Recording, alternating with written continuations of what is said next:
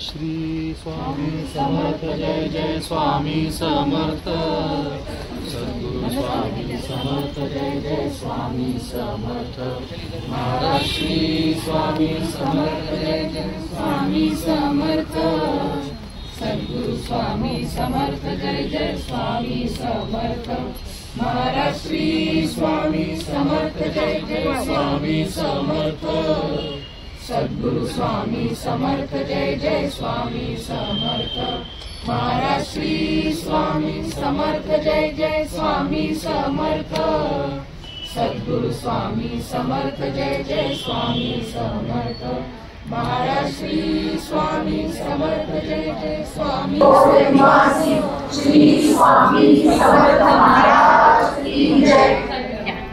गोपाळ घ्या, मधुसूदन घ्या,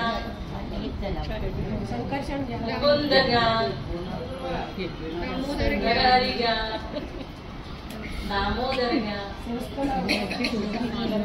माधव घ्या, जनार्दन घ्या।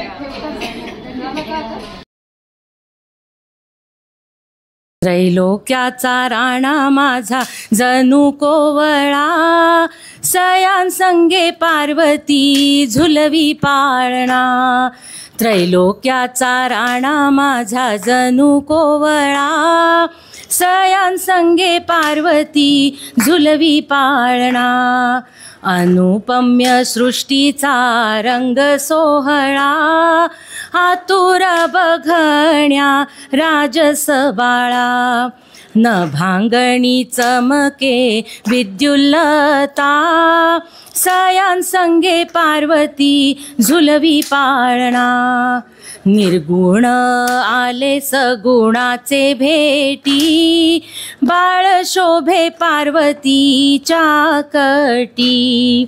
निज निज रे राजस बाळा, सयान संगे पार्वती झुलवी पाळणा। प्रल्हादाचे आर्त मूर्तिमंत, शंकर पार्वतीचा हा भगवंत। आनंदित करी हा चराचरा, सयान संगे पार्वती झुलवी पाळणा। त्रैलोक्याचा राणा माझा जणू कोवळा, सयान संगे पार्वती झुलवी पाळणा। परमपूज्य सद्गुरु श्री जनार्दन स्वामी महाराज की जय। अवधूत चिंतन श्री गुरुदेव दत्त। अनंत कोटी ब्रह्मांड नायक राजाधिराज योगीराज अक्कलकोट निवासी श्री स्वामी समर्थ महाराज की जय। परमपूज्य सद्गुरु श्री जनार्दन स्वामी महाराज की जय। परमपूज्य श्री नाना महाराज तराणेकर की जय। अवधूत चिंतन श्री गुरुदेव दत्त दत्त।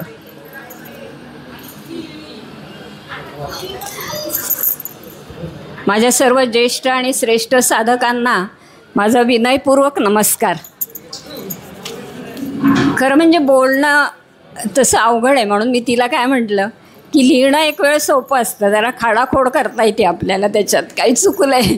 पण बोलताना म्हणजे कसं म्हणतात ना, एकदा बाण आपला भात्यातनं बाहेर पडला किंवा तुम्ही शब्द तोंडातनं बाहेर काढला की तो माघारी घेता येत नाही। पण असू द्या, सगळी आपलीच लोकं आहेत। मला असं वाटतं इथं कोणी नावं वगैरे ठेवणार नाही। तर एक सांगायचं म्हणजे मुख्य जे काही माझ्या हातून थोडंफार झालेलं आहे लिखाण, ही सगळी स्वामींचीच कृपा आहे, दुसरं काहीच नाही। आणि लहानपणापासून मला थोडी सवय होती लिहायची काही काही। मी लहानपणी पण असं लिहिलेलं आहे, म्हणजे शाळेत असताना वगैरे आई म्हणजे शाळेतली नियतकालिक असायची त्याच्यात लिहिलं आहे। ऑफिसचं एक नियतकालिक होतं, त्याच्यामध्ये आईवर कविता लिहिली आहे, नंतर लेख लिहिला होता। आणि पुढं मग असे कोणी छोटे नातवंड त्यांचं वाढदिवस किंवा बारसं वगैरे अशा वेळेला काही काही केलेलं आहे। भावाच्या 75ला पण मी लिहिलं होतं। पण मग पुढे मात्र असं झालं की माझा 98ला अनुग्रह झाला आणि त्याच्यानंतर हळूहळू स्वामी माझ्याकडनं काहीतरी लिहून घ्यायला लागले असंच म्हणायला हरकत नाही. आणि तुम्ही जर पाहिलं तर असं वाचताना कोणाला वाटेल की हे काही काय ह्याच्यात लिहिलं एवढं असं, पण ज्यावेळेला आपण खोल विचार करतो तेव्हा त्याच्यात काहीतरी वेगळं असं जाणवतं.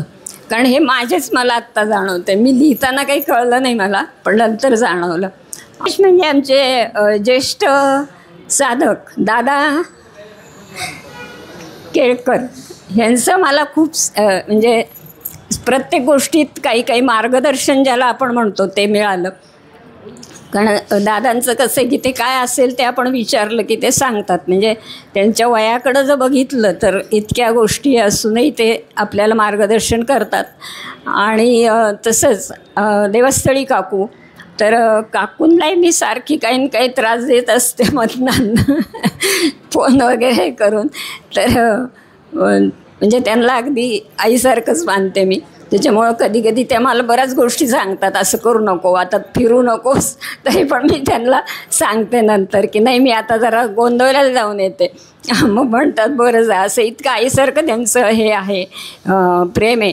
आणि अशा ह्या लोकांची मला सगळ्यांची मदत झालेली आहे. तर मी ह्या सगळ्यांचे आभार मानते आणि आपल्या हे 2 शब्द माझे संपवते. पीठाच्या इथे आहेत त्यांना मी विनंती करते की पुस्तक प्रकाशनाचा सोहळा आता आपण करूया. अवधूत चिंतन श्री गुरुदेव दत्त श्री अनंत कोटी ब्रह्मांड नायक भक्तवत्सल भक्ताभिमानी राजाधिराज योगीराज अक्कलकोट निवासी श्री स्वामी समर्थ महाराज की जय. परम पूज्य सद्गुरु समोर जनार्दन स्वामी महाराज की जय. अवधूत चिंतन श्री गुरुदेव दत्त श्री गुरुदेव दत्त श्री गुरुदेव दत्त.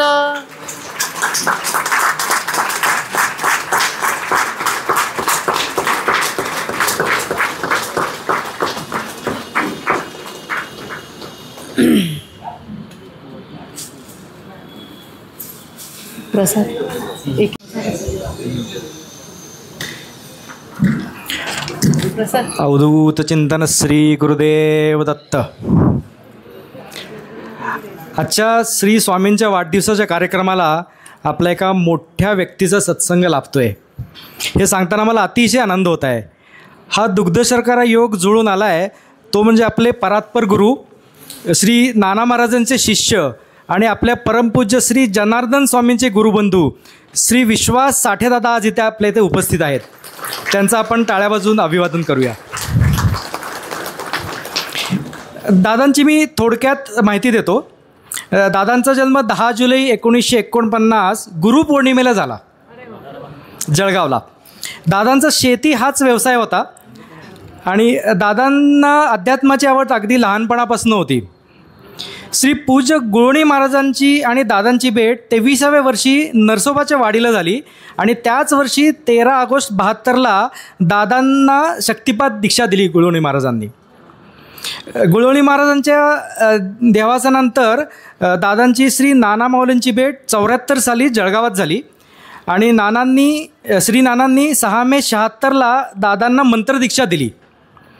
तेव्हापासून आजपर्यंत दादांचा तब्बल 17 कोटीपेक्षा जास्ती मंत्रजप झालेला आहे.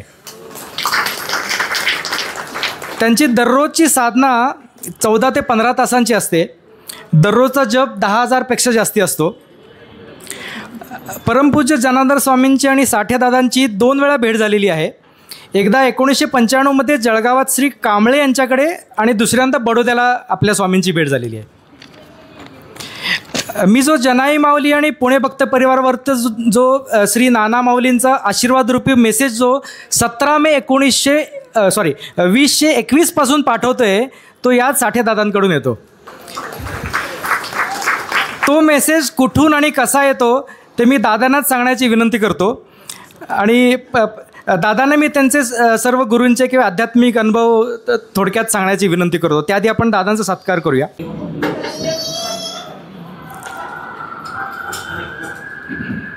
अवधूत चिंतन श्री गुरुदेव दत्त.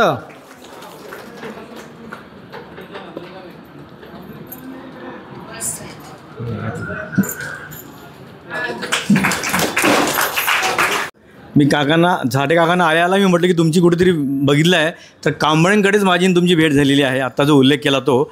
आणि 10 जुलै 1949 ही तारीख म्हणजे मला का लक्षात आहे, कारण की it's a birthday of Sunil Gavaskar. Avadhut Chintan Shri Gurudev Datta. परमपूज्य जनार्दन स्वामींना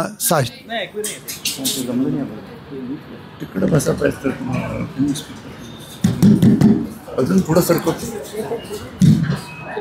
आता असं करायला लागेल. आला आवाज. परमपूज्य जनार्दन स्वामींना आम्ही साष्टांग नमस्कार करतो. जनार्दन स्वामींचे सद्गुरू परमपूज्य नाना महाराज यांना पण साष्टांग नमस्कार करतो. जनार्दन स्वामी आणि परमपूज्य नाना महाराज हे गुरु शिष्यांची जोडी फार अलौकिक होती आणि अलौकिक आहे. आज पण आपण म्हणतो की त्यांची पुण्यतिथी वगैरे करतो, परंतु पुण्यतिथी न करता त्यांचा आठवण म्हणून तो दिन साजरा करावा. आज महाराजांची जन्मतिथी आहे.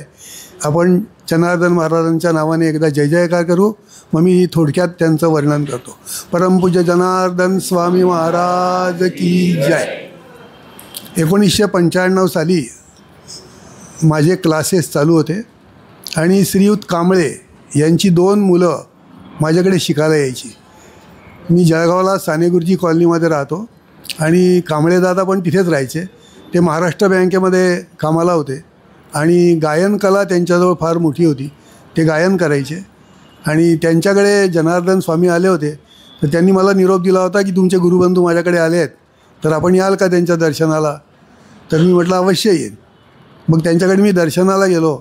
महाराजांना मी विनंती केली की मी नानांचा शिष्य आहे. त्यांनी मला जवळ घेतलं, मिठीत घेतलं आणि त्यावेळेस त्यांचा सकाळची स्नानाची वेळ होती. 9-9:30चा कालावधी असेल आणि सगळेजण त्यांना तेल वगैरे लावत होते. तर मी विचारलं महाराजांना, मी तेल लावू का आपल्याला. तर लावा ना म्हणे, माझे गुरुबंधूच आहात आपण, काहीच हरकत नाही म्हणून तेल लावलं. आणि मग त्यांना स्नान वगैरे घातलं. ते येऊन आसनावरती बसले. तिथे एक पलंग घातलेला होता, त्या पलंगावरती महाराज येऊन बसले आणि मला म्हणाले की तू माझ्या पायाजवळ उभा राहा. पाय लांब करून बसले होते आणि मला म्हणे तुला 3 प्रश्न विचारायचे आहेत मला, त्या प्रश्नांची उत्तरं तू मला द्यायची आहेस. आता स्वामी म्हणजे अपूर्व नवलाई होती त्यांच्याजवळ आणि विद्वत्ता खूप मोठी होती. ते काय प्रश्न विचारणार मला काही माहीत नव्हतं. मग मी म्हटलं महाराज मी कशी उत्तरं देणार तुमच्या प्रश्नांची, माझी विद्वत्ता एवढी नाही आहे. तर म्हणे नानांना विनंती करा, नाना त्या प्रश्नांची उत्तरं देतील तुमच्याकडनं. मग त्यांनी मला 3 प्रश्न काही विचारले होते आणि मी डोळे मिटून नानांचं स्मरण केलं आणि त्या प्रश्नांची उत्तरं दिली. तर जवळजवळ अर्धा तास ते विचारत होते आणि मी त्यांच्या प्रश्नांची उत्तरं देत होतो. पण काय प्रश्न विचारले मला आता काही आठवत नाही. पण नंतर त्यांनी परत मला जवळ घेतलं, पाठीवरती थाप ठोकली आणि म्हणे नानांनी असे हिरे कुठे कुठे लपवून ठेवले आहेत हे नानांना तरी माहिती आहेत की नाही काय माहिती. आणि खूप आनंदाचा दिवस होता आणि ते उतरले होते कांबळ्यांच्याकडे. मग मला त्यांनी सांगितलं की 2 दिवस माझा इथे मुक्काम आहे, तर सकाळचा स्वयंपाक तुझ्याचकडनं करून आणायचा. म्हणून 2 दिवस मला म्हणले की माझा जेवणाचा डबा तुझ्याचकडनं घेऊन यायचा. आम्ही दोघंजणं समोरासमोरच राहायचो, कांबळे दादा आणि मी. तर माझ्याकडनं आई माझा डबा करून द्यायची त्यांच्याकरता, आई आणि माझी मिसेस, आणि तो डबा मी त्यांच्यापर्यंत पोचता करायचो. असं 2 दिवस स्वामींची सेवा करायला मिळाली होती. आणि नंतर एकदा आम्ही 2006ला गिरनारला जाण्यासाठी म्हणून निघालो होतो. तेव्हा असं कळलं की महाराज बडोद्याला आहेत, त्यांच्या शिष्याकडे आहेत. मुलाकडे नव्हते त्या दिवशी ते, तर त्यांच्या शिष्याकडे आम्ही गेलो होतो. तर महाराजांनी आम्हाला गुलाबजाम खाऊ घातले होते. स्वतःच्या हाताने प्रत्येकाला 1-1 गुलाबजाम दिला होता. खूप थोर व्यक्ती होती आणि त्यांची साधना पण अफाट होती. आणि त्या दिवशी मला त्यांनी विचारलं होतं की अरे माझा हा देव मला केव्हा सोडवणार आहे. तर मी त्यांना म्हटलं, तेव्हा ते थकले होते खूप. तेव्हा मी त्यांना म्हटलं तुम्ही नानांनाच विचारा, नाना तुम्हाला त्या प्रश्नाचं उत्तर देतील. आणि अशा रीतीने संवाद होत होता. आणि नानांचे परमश्रेष्ठ असे प्रकारचे ते शिष्य होते आणि आदरणीय होते, सगळ्यांना वंदनीय होते आणि सगळ्यांच्या प्रश्नांची उत्तरं ते द्यायचे आणि अनेकांचे कष्ट निवारण केले. टाकरखेड्याला त्यांचा मोठा मठ आहे. माझं काही तिथे कधी जाणं नाही, पण आता निश्चित जाईन. आज या कार्यक्रमाला आलो आहे तर टाकरखेडा आमच्या धुळ्याच्या जवळच आहे, जळगावपासून जवळ आहे. तर मी निश्चित जाईन दर्शनाला तिथे आणि राहून येईन एखाद दिवस जमलं तर. आणि नानांची सेवा चालू आहे अखंड. नाना नामजप करून घेत आहेत. नानांना नामजपच खूप आवडायचा. स्वामीसुद्धा नामजपातच रमलेले होते, नेहमी डुलत असायचे. नाना जसे डुलायचे तसेच स्वामीसुद्धा डुलायचे आणि खूप आनंदाचा क्षण होता. मी पण बालपणापासून नानांच्या जवळच आहे. 1972 साली गुळवणी महाराजांच्याकडनं मला अनुग्रह झाला. त्यावेळेस मी नरसोबाच्या वाडीला स्नान करून मी आणि माझे वडील कृष्णेचा पायऱ्या चढत होतो आणि समोरच 72 साली गुळवणी महाराज भर उन्हामध्ये त्यांचे जे शिष्य होते जोशी म्हणून, ते जोशी त्यांच्या पाठीमागे छत्री धरून उभे होते आणि मी त्यांना साष्टांग नमस्कार केला आणि विचारलं की मला आपल्याकडनं शक्तिपाताची दीक्षा हवी आहे. तर त्यांनी माझ्या डोक्यावरती हात ठेवला आणि मला म्हणले झाली तुला दीक्षा आता शक्तिपाताची, पण म्हणे आपल्याकडे असं असतं नियम आहे की आपल्याकडे रजिस्ट्रेशन करावं लागतं. तर तू जळगावला जाशील तेव्हा मला एक पत्र लिही आणि त्या पत्राद्वारे मी तुला पुन्हा दीक्षा देईन. तर 13 ऑगस्ट 1972ला यथावधी मला त्यांच्याकडनं शक्तिपात योगाची दीक्षा मिळाली आहे. आणि नंतर माझ्या शेतावरती एक औदुंबराचं झाड होतं, त्या झाडाखाली पादुकांचा एक जोड ठेवलेला होता. भोर जिल्ह्यामध्ये वाबगावकर शास्त्री म्हणून राहायचे, ते जळगावला यायचे.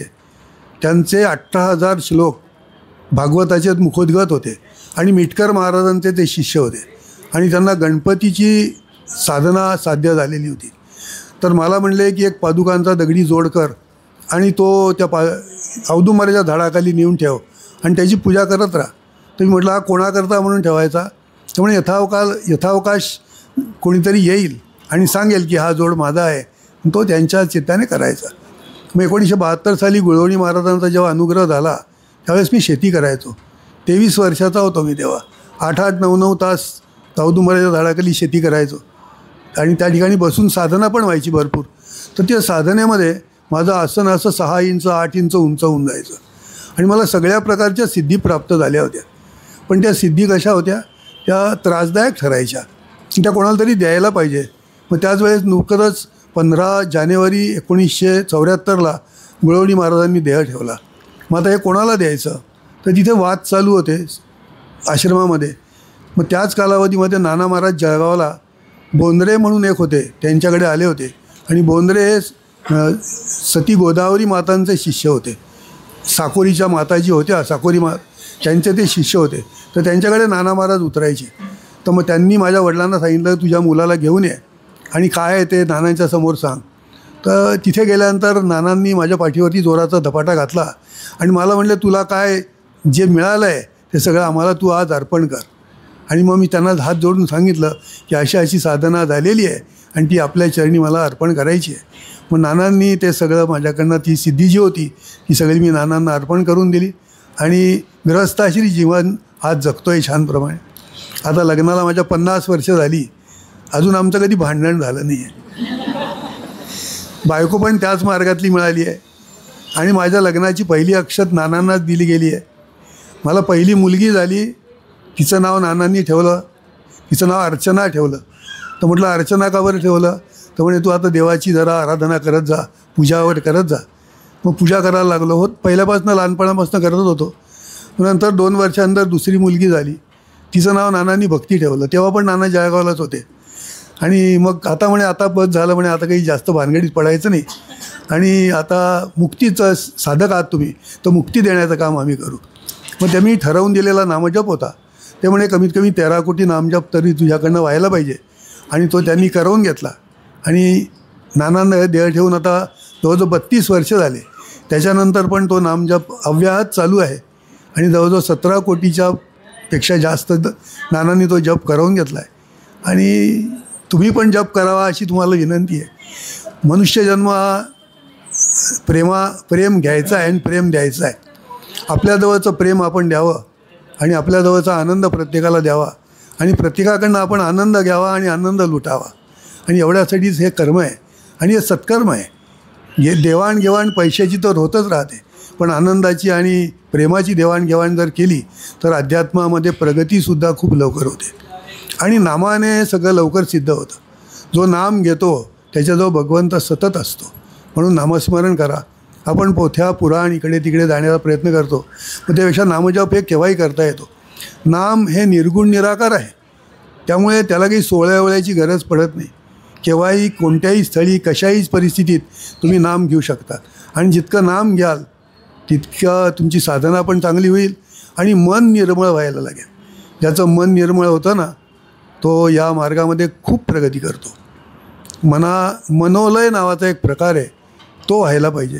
तो झाल्यानंतर केवल कुंभक होतं आणि नंतर आपला जो प्राण आहे तो ब्रह्मरंध्रात जाऊन बसतो. आणि ब्रह्मरंध्रात एकदाचा प्राण जाऊन बसला की मग भगवंतच आपल्यासाठी म्हणून नामस्मरण करतो. मग आपल्याला नाम घ्यायची गरज पडत नाही. पण तशी साधना रोजच्या रोज आपल्याकडनं घडली पाहिजे आणि आपण भगवंताला प्रार्थना करावी, भगवंता तूच करता करविता आहेस आणि तूच आमच्याकडनं सगळं नामस्मरण करवून घे. आणि जे आपण काही करतो कर्म ते रोजच्या रोज रात्री झोपताना 5 मिनटं गादीवर बसावं, हात जोडावे आणि भगवंताला आपल्या सद्गुरूंना विनंती करावी की दिवसभरामध्ये तुम्ही माझ्याकडनं जे कर्म करवून घेतलं ते आपल्या चरणी अर्पण, आणि ते त्यांच्या चरणी अर्पण करून द्यावं. मग त्याच्यामध्ये चांगलं कर्म पण असतं आणि वाईट कर्म पण असतं. पण आता या कलियुगामध्ये आणि या 21व्या शतकामध्ये चांगलं कर्म फार कमी होतं आणि वाईट कर्मच आपल्याकडनं जास्त घडत असतं. काय घडतं ते आपल्याला समजत नाही. आणि आपण ते जर रोजच्या रोज सद्गुरूंना अर्पण करत राहिलो तर सद्गुरूसुद्धा म्हणतात, अरे हा लबाड आहे, हा मला चांगलं कर्म पण अर्पण करतो आणि वाईट कर्म पण अर्पण करतो आणि त्या वाईट कर्माचं फळ मला भोगावं लागतं कारण हा मला अर्पण करतो. मग दुसऱ्या दिवशी सद्गुरू काय करतात, आपल्याकडनं चांगल्यात चांगलं कर्म करवून घेण्याचा प्रयत्न करतात. आणि असं अनेक दिवस आपण सतत त्यांना जर ते अर्पण करत राहिलो तर काय होईल, एक दिवस आपलं शरीर पूर्णपणे शुद्ध होईल आणि आपण सद्गुरू स्वरूप बनू. आणि अशा रीतीने जर कधी आपण रोजच्या रोज हे अर्पण करत राहिलो तर जीवनामध्ये खूप आनंद येतो. आणि मी स्वतः हे सगळं अनुभवलेलं आहे. तुम्हाला एक छोटासा अनुभव सांगतो. मानसपूजा आपण आत्ता मगाशी म्हटली, अशी नानांनी मला 1976 साली मानसपूजा शिकवली. अनुग्रह दिला त्यांनी 76ला आणि मानसपूजा शिकवली. तेव्हापासून रोज मानसपूजा नानांची करतो आहे. अगदी आंघोळीपासनं जेवणापर्यंत सगळं नानांच्यासाठी करतो. आणि नानांना मी विडा देतो. गोविंद विडा असतो आपल्यामध्ये बघा, आपण गोविंद विडा जेवण झालं की गोविंद विडा देण्याची पद्धत आहे आपल्यामध्ये. तर तो गोविंद विडा नाना महाराज चावून खातात आणि त्यातला थोडासा विडा चावल्यानंतर त्यांच्या स्वतःच्या मुखातला काढतात आणि माझ्या मुखामध्ये भरवतात. ते बरेच वर्ष मला काही समजत नव्हतं, पण 10-15 वर्षापूर्वी मला एकदा त्याची चव लागली. आणि चव लागल्यानंतर मला वाटलं की निश्चितच आपली जीभ पण रंगली असेल आणि ओठ पण रंगले असतील. आणि मनुष्य स्वभाव कसा आहे, चंचल आहे. मी लागलीच उठलो आणि आरशात जाऊन पाहिलं तर खरंच माझे ओठ आणि जीभ रंगलेली होती. आणि तेव्हापासून आजपर्यंत रोज नियमाने माझ्या तोंडामध्ये ते विडा घालतात, माझी जीभ रंगते आणि ओठ पण रंगतो. आणि याची प्रचिती मी तुम्हाला सांगतो कशी आली. एकदा आम्ही जालन्याला ताई महाराजांच्याकडे गेलो होतो. आपल्या बहुतेकांना ताई महाराजांचं नाव माहिती असेल. जालन्याच्या ताई महाराज चाटुफळे या भगवती म्हणून प्रसिद्ध आहेत आणि दत्त महाराज कवीश्वरांच्या त्या ज्येष्ठ शिष्य आहेत. तर त्यांच्याकडे एकदा जाण्याचा प्रसंग आला होता. तर त्यांना सांगितलं होतं नाना महाराजांचे शिष्य आले तुम्हाला भेटायला. तर त्यांनी मला बोलवलं आतमध्ये आणि त्या 5-7 मिनटं बोलतात, पण त्या दिवशी माझ्याशी 1.5 तास चर्चा केली. आणि आतमध्ये अगोदर निरोप पाठवला होता की नानांचे शिष्य आलेत तर त्यांना पंचपक्वान्नांचं आज भोजन द्यायचं आहे म्हणून आम्ही 5-6 जणं होतो. आम्हाला सगळ्यांना पाठ वगैरे मांडून रांगोळ्याकडून पंचपक्वान्नांचं भोजन दिलं होतं. आणि भोजन झाल्यानंतर जो विडा रोज नानांना मी देतो तोच विडा त्या दिवशी त्यांनी मला दिला होता. आणि दिल्यानंतर मी आईंना विचारायला गेलो, ताईंना, की ताई हा विडा का बरं दिला तुम्ही? तर म्हणे अहो तुम्ही रोज नानांना देतात ना तोच हा विडा तुम्हाला दिलेला आहे. बघा सद्गुरू तत्त्व किती श्रेष्ठ आहे. म्हणजे ताई महाराज आणि नाना महाराज आणि जनार्दन स्वामी हे वेगळे नाही. रूपं जरी वेगळी असली तरी त्यांचं तत्त्व एकच आहे. एकतत्व नाम दृढ धरी म्हणा. याप्रमाणे जर का कधी आपण राहिलो तर खूप जीवनामध्ये आनंद येतो. आणि जीवनामध्ये फक्त एक सत्य आहे ते म्हणजे प्रेम आणि आनंद. प्रत्येकाने प्रेम द्या आणि प्रेम घ्या, आनंद द्या आणि आनंद घ्या. बाकी जीवनामध्ये दुसरं काहीच नाही आहे. कोणाचे भेदभाव करू नका, कोणाला वाईट म्हणू नका. एखाद्याला आपण वाईट म्हटलं तर 4 बोटं आपल्याकडे असतात, त्याच्यापेक्षा 4 पट वाईट आपण असतो. म्हणून नेहमी प्रत्येकाला चांगलं म्हणावं, म्हणजे त्याच्यापेक्षा 4 पट चांगलं आपण होऊ शकतो. आता आणखीन काय बोलायचं आहे, हे याच्यापेक्षा आणखीन नुसतं काही बोलण्यासारखं नाही आहे. फक्त एकच सगळ्यांना विनंती आहे की महाराजांनी जो जप दिला आहे त्याची जेवढी अक्षर आहेत तितक्या माळा तरी कमीत कमी प्रत्येकाने रोज कराव्या, ही आपल्या सगळ्यांच्या चरणी विनंती आहे. इथे बसलेले सगळे ज्येष्ठ श्रेष्ठ लोक आहेत, त्यांना माझा साष्टांग नमस्कार. एवढं बोलून मी माझं भाषण संपवतो. हो, माझी आई आजारी होती 2010ला. तिला थोडासा मामूली हार्ट अटॅक आला होता आणि ती कलावती आईंच्या भजनाला गेलेली होती आणि तिकडून येतानाच तिला तो अटॅक आला. आणि त्यावर्षी तिला गाणी ऐकायची खूप आवड होती. तर माझा जो फोन वगैरे नव्हता, मोबाईल नव्हता, तर त्यावर्षी मी 10,000 रुपयाचा नवीन मोबाईल घेतला होता. आणि त्या मोबाईल घेतल्यानंतर त्याच्यामध्ये मी गाणी भरपूर ॲड केली होती आणि ती माझ्या आईला ऐकायचो. आणि नंतर त्याच दिवशी रात्री नाना महाराज माझ्या स्वप्नात आले.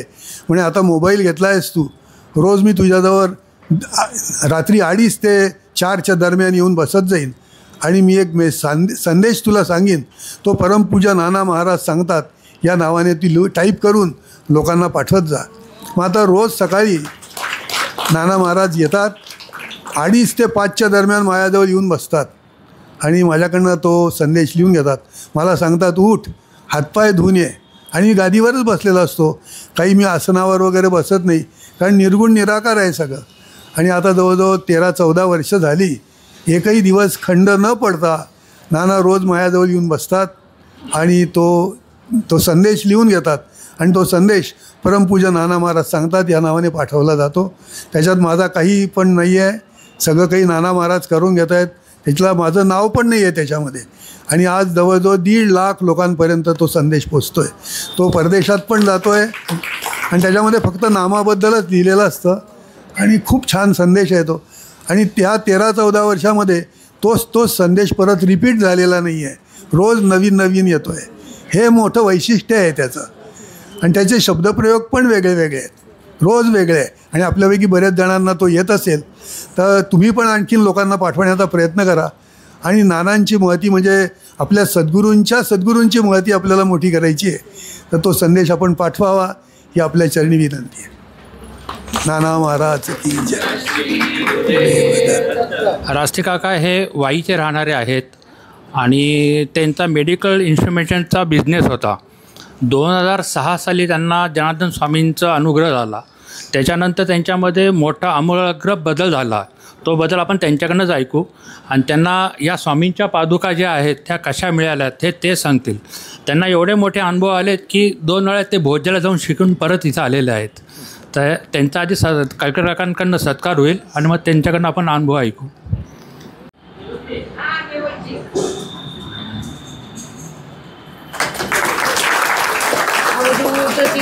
श्री गुरुदेव दत्त.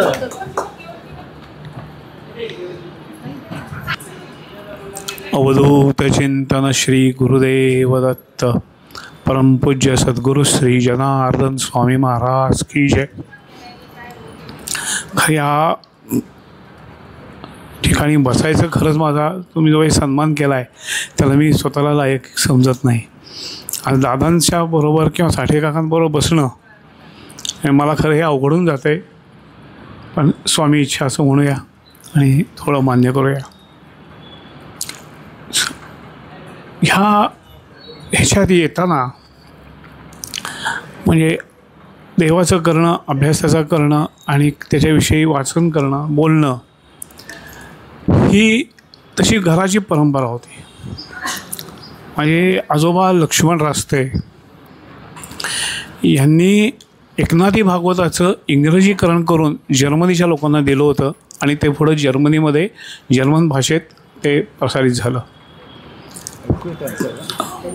त्या काळापासून ह्या गोष्टी परमपूज्य टेंबेस्वामी पहिली त्यांनी जी परिक्रमा केली ती श्रीकृष्णाची परंपरा केली. कृष्णामातेची परंपरा करताना कृष्णाच्या काठावर जी मंदिरं आहेत तर त्या मंदिरांना त्यांनी भेटी दिल्या होत्या, ज्याची नोंद स्कंदपुराणामध्ये व्यासांनी केलेली सह्याद्री खंडात. त्यातलं एक मंदिर ह्या रास्ते यांच्या कुलामध्ये आहे, भद्रेश्वर म्हणून वाईमध्ये आहे. ते त्रेतायुगापासूनचं मंदिर आहे, त्याची नोंद आहे. तर त्या ह्याच्यातून टेंबेस्वामी घरी येऊन राहिलेत आणि तिथून हे पंडवांच्या काळापासून ही दत्त परंपरा, शिवपरंपरेबरोबर ही दत्त परंपरा घरात सुरू झाली. टेंबेस्वामींनी काय योजलं होतं हे माहीत नाही. माझा आजोळ इचलकरंजीचं फाटक कंपनीचं दाते ते सगळे दत्तभक्त आहेत.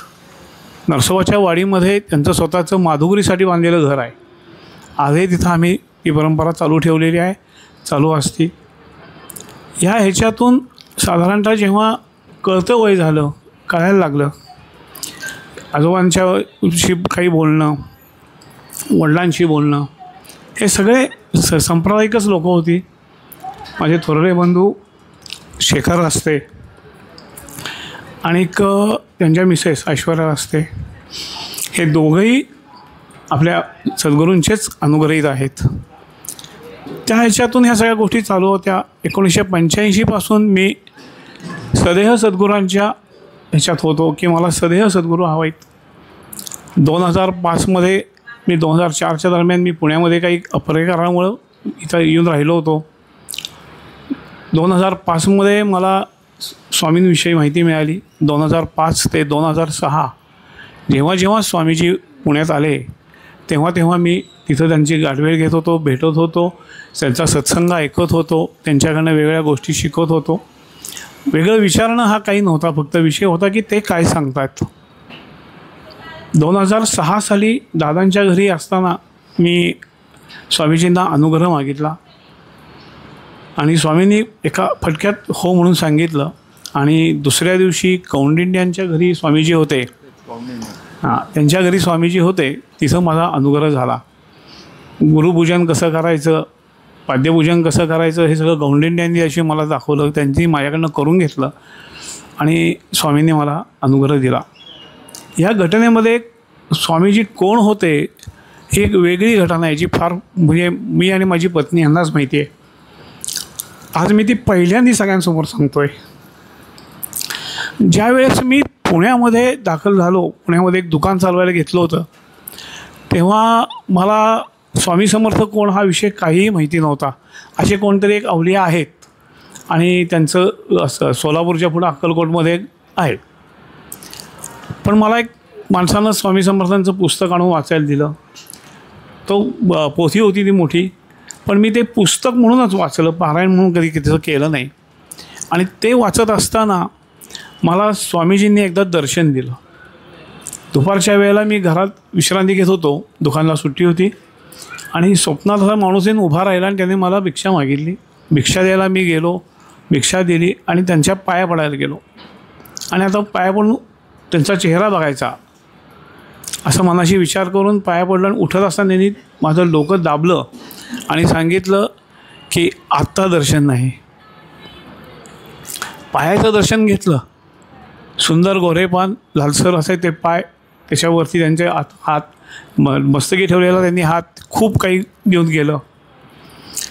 आणि मग त्या वेळात होतो की कोण व्यक्ती की जी व्यक्ती मला सांगते की माझं दर्शन आत्ता नाही, हे तुला नंतर आहे. कौंडिन्यांच्या घरी ज्या दिवशी अनुग्रह घेतला, अनुग्रहाची प्रक्रिया सुरू असताना स्वामीजींनी सांगितलं की घे, आज तुला दर्शन देतो. आणि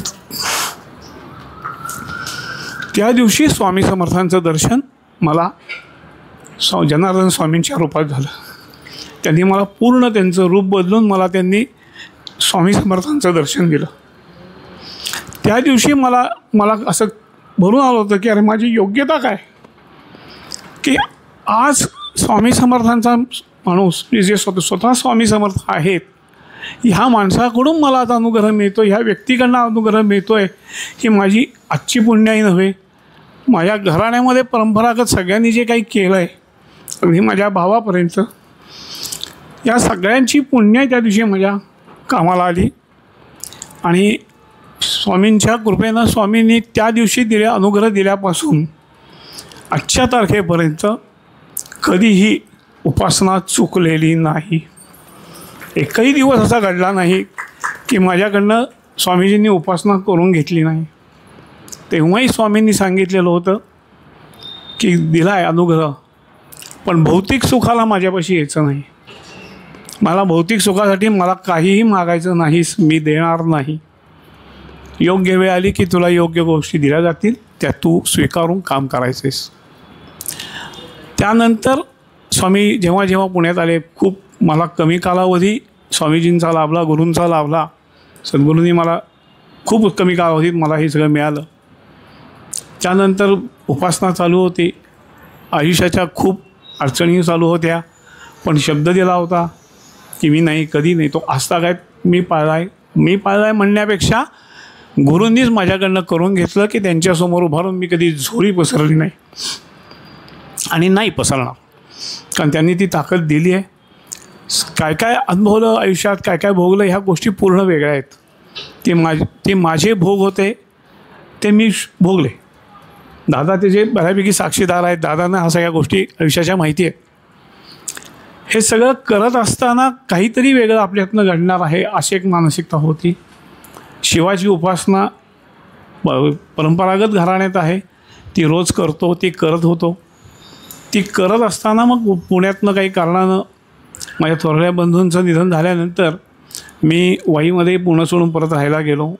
माझ्या पत्नीनं ह्या सगळ्या गोष्टीत, माझी पत्नी आणि दोन्ही मुलांनी खूप मला साथ दिली आहे.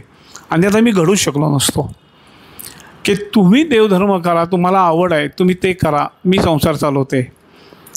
थोडा अहंभाव होता, अहंकार होता, पुरुषी होता, नाही मी करणारच काम करत राहिलो.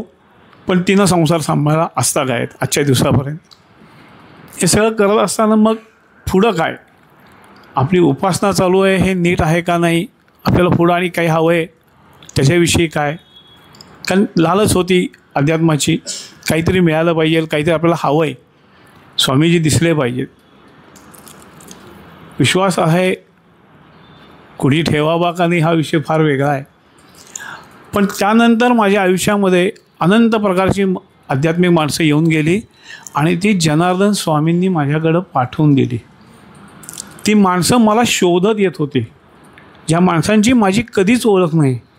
त्यामध्ये नागा साधू होते, आखाड्याचे साधू होते, महंत होते, किन्नर आखाड्यांचे महामंडलेश्वर आणि महंत त्याही माझ्याकडे येत होत्या आणि मला साधनेमध्ये काही ना काहीतरी गोष्टी सांगून जात होत्या. पण ह्या सगळ्या लोकांना जनार्दन स्वामी माहिती होते. ते सांगताना सांगायचे की आम्हाला आदेश, आम्ही आलो आहे. आणि ती माणसं ठराविक वर्ष, साधारणतः एक दीड दोन वर्ष माझ्या आयुष्यात असायची. ते माझ्याकडनं काही गोष्टी करून घेत होत्या, मी ते करायचो. त्यात मला हे आवडायचं नाही, कारण मी स्वतः नामसाधनेतला आहे, मला नामसाधनेचीच आवड आहे आणि तेच मला हवं होतं. स्वामीजींनी का ह्या सगळ्या गोष्टी करून घेतल्या आणि कशासाठी घेतल्या ते आता कळतं आहे. इतके दिवस कधीच कळलं नाही. मी आपलं म्हणायचं, महाराज काय चाललं आहे, कोणतरी येतो, एखाद्या नागा साधू येतो आहे, ही उपासना कर, हे कर, ही सिद्धी कर, अमुक कर, हे नको आहे आपल्याला. नाही म्हणले, हे तुम्हाला शिकायचं आहे, तू शिकायचं आहेस. हे शिकत गेलो. लॉकडाऊनच्या कालावधीमध्ये दुसऱ्या लॉकडाऊनला थोडं मी जास्त सांगतो आहे, कारण स्वामींनी जे काही दिलं आहे ते काय आणि कसं दिलं आहे हे खरंच फार वेगळं आहे. खूप अडचणी आयुष्याच्या बघितल्या, पण स्वामींनी प्रत्येक अडचणीच्या वेळेस त्या वेळेस व्यक्ती माझ्यापर्यंत पाठवली. त्या व्यक्तींनी मी स्वतः स्वामी आले असं म्हणायला हरकत नाही. त्या व्यक्तीच्या रूपानं जनार्दन स्वामी आले, स्वामी समर्थ आले आणि त्यांनी माझ्या त्या अडचणीतून मला बाहेर काढलं. अगदी माझ्या बारीक सारीक गोष्टी त्यांनी पुरवल्या. कारण खरं सांगायचं तर स्वामी समर्थ माझ्यापेक्षा माझ्या पत्नीच्या सगळ्या हौसमौस भागवतात. तिनं फक्त म्हणायचा अवकाश आहे, तिला ती गोष्ट ते आणून देतात. कुठून येते, काय येते, आजही आम्ही ह्याविषयी विचार करत नाही. भीती वाटते काही वेळेस की यार आपण ही खरंच हे करावी का, अशी परिस्थिती आता आहे की काहीतरी म्हणायला गेलो, अगदी पुरणपोळी पाहिजे तर ती पुरणपोळी त्याची घरी येते किंवा काही कारणानं करायला लागते. इतक्या बारीक सारी गोष्टी तिच्या पण त्या हौशेनं करून घेत आहेत, त्या आमच्या पुरवत आहेत. दुसऱ्या लॉकडाऊनच्या वेळेस स्वामी समर्थ आणि सद्गुरूंनी दर्शन दिलं. सकाळच्याच 3:30-4च्या वेळेचा ही गोष्ट आहे. आणि सांगितलं की आता बास, प्रपंच बंद कर, पूर्ण व्यवसाय बंद कर आणि तू, आम्ही सांगतो त्या मार्गाला काम चालू कर, सेवेची तुला हे दिलेली आहे, तू आता सेवा करायला सुरुवात कर. नाही म्हणलो म्हणजे घराचं बांधकाम चालू होतं, डोक्यावर कर्ज होती, दुकान स्वतःचं होतं, होलसेलिंग बिझनेस होता, त्याचा माल घरात पडला होता, मुलांची शिक्षणं चालू होती. आणि ह्या अडचणी मी स्वामी समर्थांपाशी बऱ्याच वेळा सांगितल्या की नाही स्वामी, आत्ता नाही, मला एक 4 वर्षाचा वेळ द्या, 4 वर्षाचा अवधी द्या, मी सगळं सोडतो, पण मुलाचं तरी शिक्षण पूर्ण होऊन देत. मुलगी लहान आहे, तिचं शिक्षण पूर्ण व्हायचं आहे, त्याही जबाबदारी आहे. तर त्यांनी सांगितलं ते तुझ्या संबंध काय, कोण तू, हे आम्हीच बघणार आणि तू कोण. पण ते नाही पटलं नाही असं म्हणल्यावर परत शांत झालो. दुसरा कोविड संपला, 31 मे 2020ला दुसरा कोविड संपला आणि 1 जून 2021ला मी माझ्या व्यवसायानिमित्त घरातून बाहेर पडलो. गाडीवर सगळीकडे मी फिरतो, 2 व्हीलरवरच फिरतो, अगदी पार कोल्हापूर गोव्यापर्यंत जात होतो. आणि सातारला सर्व्हिस रोडला जात असताना अचानक ट्रक आडवा आला, ब्रेक मारण्याचा सुद्धा अवधी लागला नाही, मी ट्रकच्या चाकाखाली गेलो. त्या चाकाखाली गेल्यानंतर पुढचं काही क्षण मला काहीच कळलं नाही की गेलो. आपला आज हा शेवट हे निश्चित होतं. बुद्धी होती, देवाचं नाव घेतलं, स्वामींना हाक दिली आणि डोळे मिटले. काय पुढचं घडलं हे मला माहीत नाही.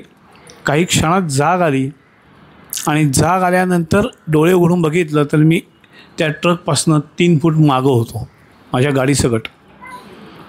आणि मागून येणाऱ्या गाडीवाले, आसपासची लोकं ही पळत ट्रक खालचा माणूस शोधत होती. नशीब होतं की ओळखीचा एक मुलाचा आवाज आला, एक सचिन अनपट म्हणून वाईटले, त्यांचा आवाज आला, मित्र चांगला. डोक्याचं हेल्मेट काढलं, अरे म्हणलं सचा मी मागं बसलो आहे, तू ये. अरे म्हणलं तू ग बस, म्हणला खालचा माणूस बघून दे, त्याच्या अंगावर गाडीचं चाक गेलं आहे, मी बघितलं आहे. म्हणलं नाही आहे माणूस, मी माग आहे. ती 5-25 लोकं वळली. त्या क्षणी स्वामींनी कोणत्या पद्धतीनं हात दिला आणि काय काढलं हे सांगता येणंसुद्धा शक्य नाही. मलासुद्धा ते कळलेलं नाही, आस्था आहेत. पण जनार्दन स्वामी होते, स्वामी समर्थ होते, माझा भगवंत शिव होता, यांनी बाहेर काढलं. काहीतरी त्यांच्या मनात योजलेलं होतं.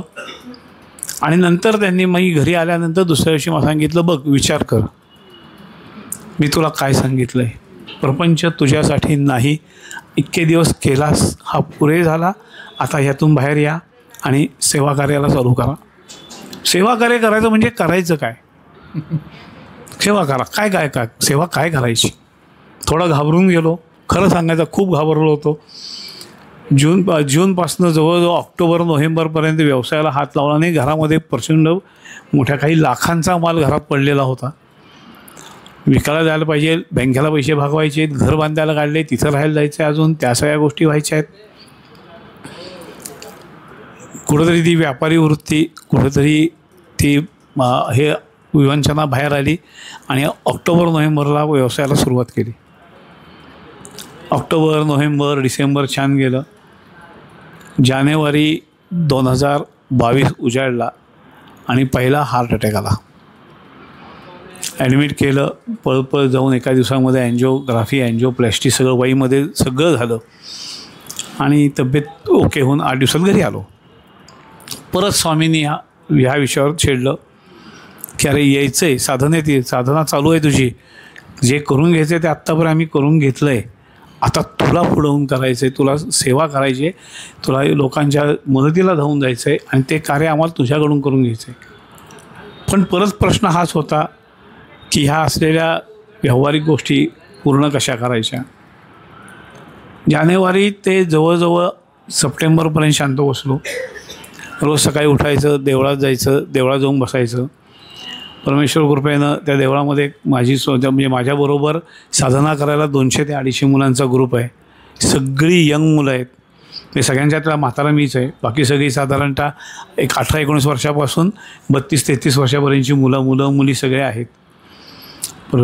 स्वामींनी करून घेतलं. आज त्या मुलांमध्ये कुणीही व्यसनाधीन नाही, कुणीही नॉनव्हेज खात नाहीत आणि कुणीही दारू पित नाहीत. म्हणजे काही मुलं माझ्याकडे अशी आहेत की ज्यांच्यावर आज पोलीस केसेस आहेत हाफ मर्डर आणि मर्डरच्या, ती माणसं सगळ्या गोष्टी सोडून फक्त साधनेला संध्याकाळी येऊन बसतात, दिवसभर आपला व्यवसाय आणि आपापल्या गोष्टी करतात. हे त्यांनी करून घेतलेलं काम आहे, हे माझं काम नव्हे. ऑक्टोबर उजाडला 21चा, म्हणलं चला 22 सालचा, म्हणलं चला आता परत आहे तो माल विकूया, आपण म्हणलं जरा राजकारण करूया. मग राजकारण करायचा प्रयत्न केला स्वामींबरोबर. म्हणजे ते महाराजकारणी, मी कुठं काय कृष्णाचा अवतार असलेले ते महाराजकारणी. ऑक्टोबरपासून म्हणलं वाईच्या बाहेर जायचं नाही, व्यवसाय आपण ऑनलाईन करायचा. 13-14 वर्ष डॉक्टरांना आपण सर्व्हिस दिली आहे कंपनीत नोकरीला असताना, आणि स्वतःचा व्यवसाय सुरू केल्यावर निश्चित आपल्याला ऑनलाईन धंदा मिळेल. छान सुरू झालं आणि सगळं सुरू झालं व्यवस्थित, माल संपत आला. आणि 2023 जुलै मला पहिला दुसरा हार्ट अटॅक आला. आमच्या घराची हिस्ट्री आहे, माझा भाऊसुद्धा देवाची उपासना करताना, देवीची आरती करताना, आमची कृष्णाबाईचा उत्सवही जोरात चालतो, त्या उत्सवात आरती करताना घाली लोटांगण म्हणताना लोटांगण घातलं आणि तो गेला. आईनं त्याला पायाशी घेतलं. ही आहे सगळ्या मित्रपरिवार सगळा घाबरून गेला, कारण त्या पद्धतीचाच अटॅक आला होता. आणि डॉक्टरांकडे गेलो, तोही मित्र तातडीनं म्हणला ॲडमिट हो धनू. म्हणलो काय झालं मनोहर? नाही म्हणला तुझ्या आईचा, तुझ्या भावाचा शेवटचा ECG आणि तुझा ECG एकसारखा आहे, आता तू कमी वेळ आहे. म्हणलं काही काळजी करू नकोस, भगवंत पाठीशी आहे, जे व्हायचं ते तुमच्या हातून होऊन दे, चांगलं वाईट दोन्ही. आणि वाईटमध्ये घोटोडेकर हॉस्पिटलला ॲडमिट केलं गेलं. घोटोडेकर हॉस्पिटलला ॲडमिट केलं, त्याने ऑक्सिजन लावणं हे करणं काम चालू होतं, पण जागा होतो. आणि त्यानंतर सगळं बंद पडलं, पूर्ण हार्ट सगळं बंद, सगळे ECG सगळे क्लिअर. आणि डॉक्टरांनी डिक्लेअर करण्याची वेळ आली की मी गेलो आहे. ही नर्सिंगमध्ये काम करत असल्यामुळे हिला बाहेर ठेवलं होतं, आत घेतलं नाही, कारण तिला सगळं कळत होतं. मित्रपरिवार होता बाकीचा, डॉक्टर सगळे बाकीचे ओळखीचे चांगले होते सगळे. आणि 2.5 मिनटानंतर डॉक्टरांना असं वाटलं की ह्या मित्राला आपल्याला शॉक देऊन तरी बघूया काय होतं आहे. आणि त्यांनी शॉक ट्रीटमेंट दिली, 7 शॉक दिले, 3च्या वर देत नाही डॉक्टर असं म्हणतात. मला ती मेडिकल थिअरी माहीत नाही. 7 शॉक नंतर जागा झालो. जागा झाल्यानंतर स्वामींनी उभं विचारलं की काय करायचं सांग. तू येणार नसशील तर तुला घेऊन जाण्याची जबाबदारी माझ्याकडे, मी घेऊन नाही आलो. तू ठरवायचं आहेस जगून कार्यात यायचं आहे का आयुष्य संपवायचं आहे. म्हणलं स्वामी ते जे काही 2.5 मिनटं दाखवली आहेत ते खूप छान आहे, तो हे नको आयुष्य. म्हणजे ठीक आहे, पण परत तुला येऊन तुलाच हे काम करायचं आहे. अरे म्हणलं हे परत सगळं आलं, जगायला आलं, जीवन जगणं आलं, परत हे सगळे भोगणं आलं. आणि स्वामींना शब्द दिला आणि त्या क्षणी व्यवसाय बंद केला. विक्री कोणतीही करायची नाही, काही नाही, सगळा शिल्लक काही लाखांचा माल वाटून टाकला. स्वामी आज्ञेनं वेगवेगळ्या माणसांना देऊन टाकला. त्याची देणगीची पावती घेतली नाही किंवा त्याची हे घेतली नाही. म्हणलं नाही, आज शब्द आपण दिला आहे, त्यांनी आपल्याला आयुष्य दिलं आहे आणि आता आपण काम करायचं. पण तरी पण काम काय करायचं हे माहीतच नाही. भद्रेश्वरची जाऊन देवाची सेवा करायची, तिथल्या देवस्थानसाठी काम करायचं, येणाऱ्या भक्तांची सोय काहीतरी बघायची, त्यांच्यासाठी काहीतरी काम करायचं, एवढंच काम. बाकी आपण करणार आहोत काय? उपासनाही चालू आहे, मग उपासना वाढव, अमुक कर तमुक कर, हे चालू होतं. 2023 नंतर 2024-23च्या एंडला अवधूतानंद स्वामी म्हणून पुण्यातले एक जण आहेत, त्यांची माझी ओळख झाली. ते यायला लागले आणि ते आल्यानंतर मात्र हळूहळू असं लक्षात आलं की आता आपल्याला निरोप निश्चित आहे की काय मी करायचं आहे. उपासना करतो आहे, ती चालू आहे, पण का मला जिवंत ठेवलं आणि का मला आयुष्य दिलं आहे हे त्या दिवशी हळूहळू लक्षात यायला लागलं. आणि तो अवली आहे, म्हणजे असा महाराज स्वामी म्हणण्याजोगा माणूस नाही, तो पूर्ण अवली आहे. आणि त्यांना स्वामी समर्थांचा जेव्हा हे झाला संचार, तर त्यांनी त्या संचारात मला सांगितलं की माझ्याकडनं शब्द घेतला की मला तुमच्या घरी येऊन राहायचं आहे, मला स्थान द्या. स्वामी समर्थ मागतायत, त्याला नकार कोण देणार? म्हणून महाराज मला दिलं आहे घर, आहे तुम्ही दिलं आहेत. हेरिटेजमधली वास्तू बाहेर काढून मला वास्तू बांधायला मिळाली. हे आमच्या 250 वाड्या आमचे टोटल वाईतले लोकांची हेरिटेजमधला पहिला सुटलेला हा वाडा आहे आणि काहीही पैसे खर्च न करता. हेरिटेजमधली वास्तू स्वामींच्या आशीर्वादाने सुटली. आज मी तर घर बांधून राहायला आलो आहे. स्वामी मी तयार आहे. मग त्यांनी अक्कलकोटला ये, काय कर हे सगळं सांगितलं. आणि अक्कलकोटला यायचं ठरवल्यानंतर तब्येत बरी नव्हती, अटॅक येऊन गेलेला होता, हार्ट बीट चालू व्यवस्थित होते, पण माझं पंपिंग आजही 28% चालू आहे. मला बोलायला परवानगी नव्हती, मला चालायला परवानगी नव्हती. म्हणलं स्वामी हे असं लुळं स्वरूप घेऊन काय लोकांपर्यंत मी काय सेवा आणि काय काम करणार. साधना पण धड करता येत नाही. म्हणलं 4 वेळा उठायला लागते, दम लागतो आहे सकाळी उठून साधनेला बसल्यावर. तो विषय आमचा आहे, तुमचा नाही आहे. तर म्हणलं शेवटी विचार केला की स्वामी तुम्हालाच डॉक्टर म्हणून नेमलं आहे, काय असेल ते तुम्ही ठरवा आता. त्यानंतर मात्र तब्येत सुधारली. आजही पंपिंग 28% चालू आहे. पण मी उठतो, हिंडतो, फिरतो, ड्रायव्हिंग करतो, चालतो. अजून जिने फक्त फार चढत नाही, कारण घरात डॉक्टर आहे बायको, ती ओरडेल. तेवढंच फक्त करत नाही, बाकी सगळ्या गोष्टी मी व्यवस्थित करतो. जिनेही चढू शकतो काही ठराविक ह्याच्यापर्यंत, पण दम लागणं, बसणं हा विषय संपून गेला. आणि मग स्वामी समर्थ येणार म्हणल्यानंतर मी अक्कलकोटला गेलो. त्यांनी काही हे सांगितलं होतं की ह्या पद्धतीने तो अक्कलकोटमध्ये वावर कर, बरोबर चहाची सोय ठेव आणि काही पैसे बरोबर घेऊन जा, 10 रुपयाच्या नोटा घेऊन जा आणि तू नोटा वाट. गोरगरीब कोण असेल माणसाला भक्तांना पैसे दे. कोणतरी भक्त असा येईल, ओळखीचा असेल नसेल माहीत नाही तुला काही, पण तो तुला आधी चहा मागेल. त्यांना चहा दे आणि तो चहा दिल्यानंतर ती दक्षिणा त्यांना दे. तो माणूस तुला पादुका देईल आणि त्या पादुकांचं तुम्ही इथे येऊन हे करा, आमच्या पादुका म्हणून तुम्ही घरात आणून त्याचं हे करून टाका. ठीक आहे म्हणलो. अखंड अक्कलकोट फिरलो. जुलै महिना होता, 7-8 जुलै, आता 1 वर्ष होईल. जुलै शनिवार 7 जुलैला अखंड अक्कलकोट फिरलो. कुठेही पादुका मिळाल्या नाहीत, कोणीही माणूस भेटला नाही की ज्यानं चहा मागितला. पण हे करताना त्या अवधूत स्वामींना बरोबर घेऊन गेलो होतो. त्यांनी सकाळी उठल्या उठल्या मला चहा मागितला होता की काका मला चहा दे. 30-32 वर्षाचेच ते गृहस्थ आहेत. मी 60चा दुपटीनं असल्यामुळे मला काका म्हणतात, तेवढंच त्यातलं काका म्हणण्यातला अर्थ आहे. त्यांना मी चहाही दिला. मला म्हणले अरे काय नुसता चहा, पक्का कोकणचं आलायस म्हणले, मला हे दे, दक्षिणा दे की. त्यांनी सांगितलेलं स्वामी समर्थांनी गोष्ट घडून गेली होती, पण अल्पबुद्धी आपली, काही कळलं नाही. आम्ही आपलं गावभर फिरतो आहे, पैसे वाटतो आहे, कोणतरी चहा मागेल, कोणी चहा मागितला नाही. ज्यांनी मागितला तो म्हणला नाही मला चहाला 20 ऐवजी 40 रुपये द्या, मी बाहेर जाऊन पिणार आहे. म्हणलं हा माणूस आपल्या उपयोगाचा नाही. चोळप्पा महाराजांच्या इथं गेलो, बाळप्पा महाराज गुरु मठात जाऊन आलो. त्यानंतर समाधीवर गेलो होतो, अण्णू महाराजांच्या इथं जाऊन आलो. सगळीकडे फिरलो, वटवृक्षाला जाऊन आलो आणि शेवटी निराश होऊन वाईला परत निघालो.